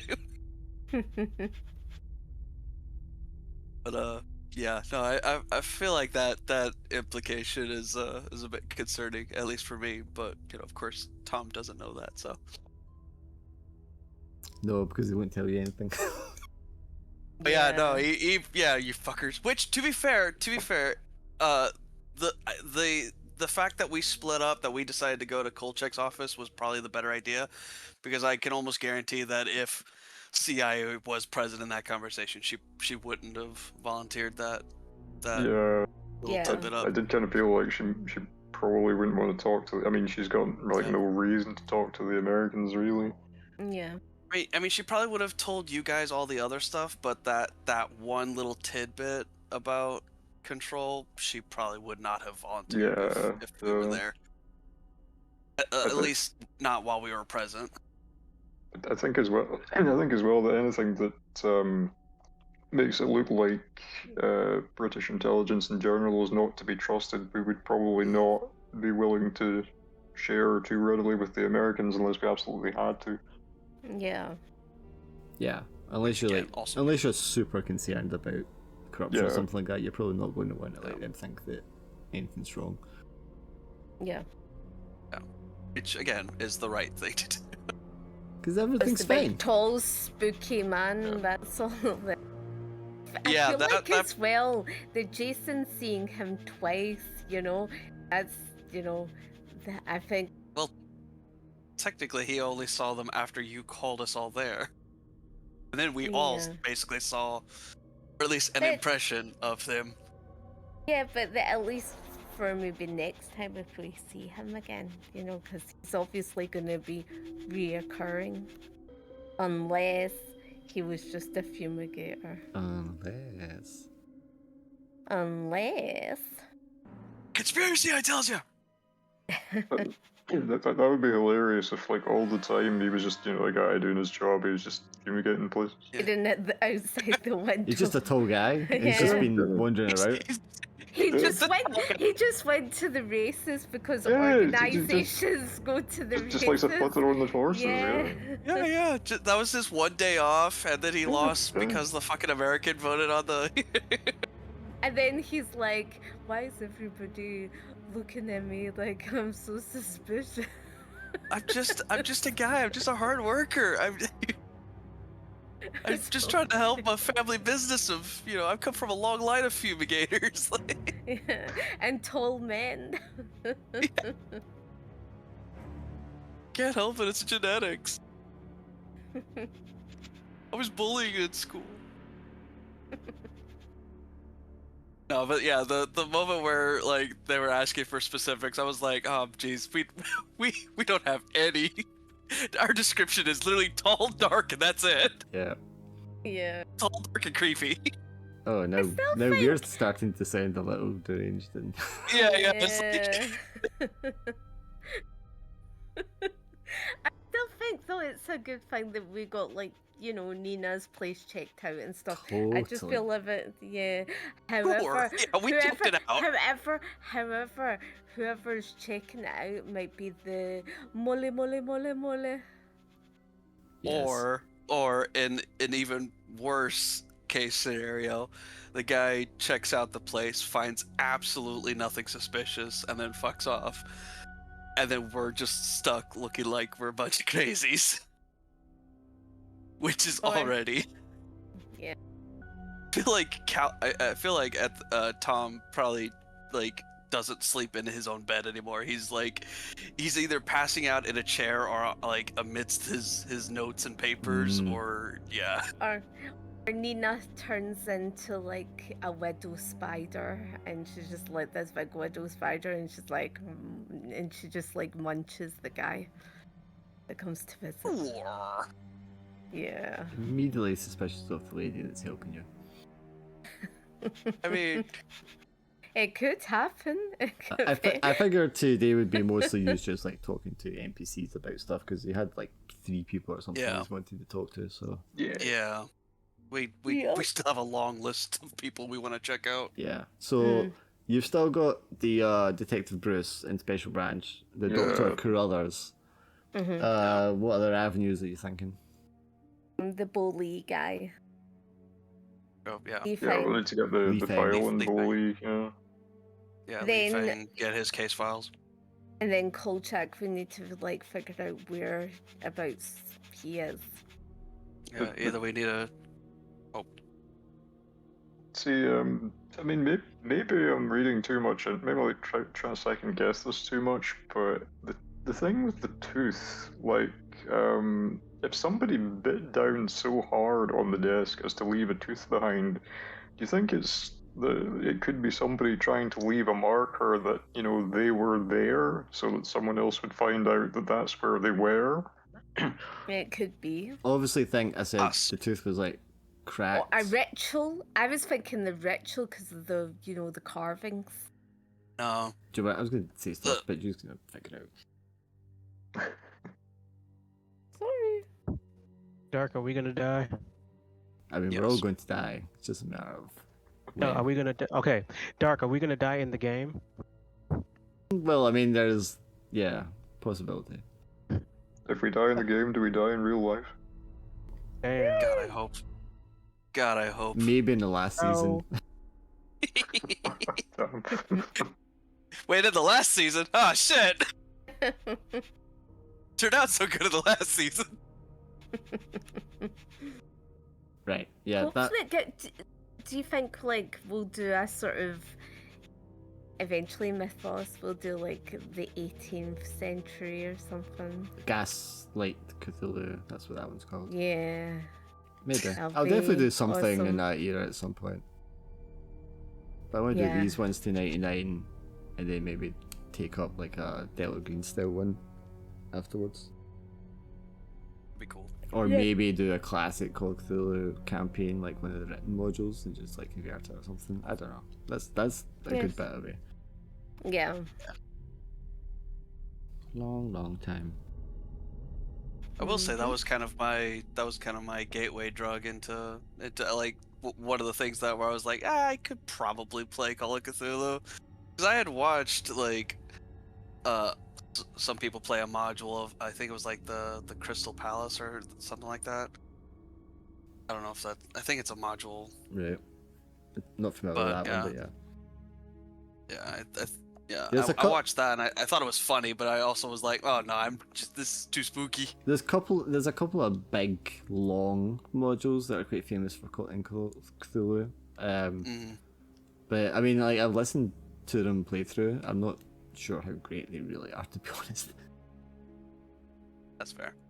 But yeah, those exist. That may be an option later when these ones all get done. But we'll see. That's a while away. I'd like to do 77 later this year, and then do 88 and 99 next year. Hell yeah. Okay. Right. Good game, everyone, and I'll Yeah. speak to you next week. Yep. Ciao for now. Next week. Bye. Catch you later. Bye bye.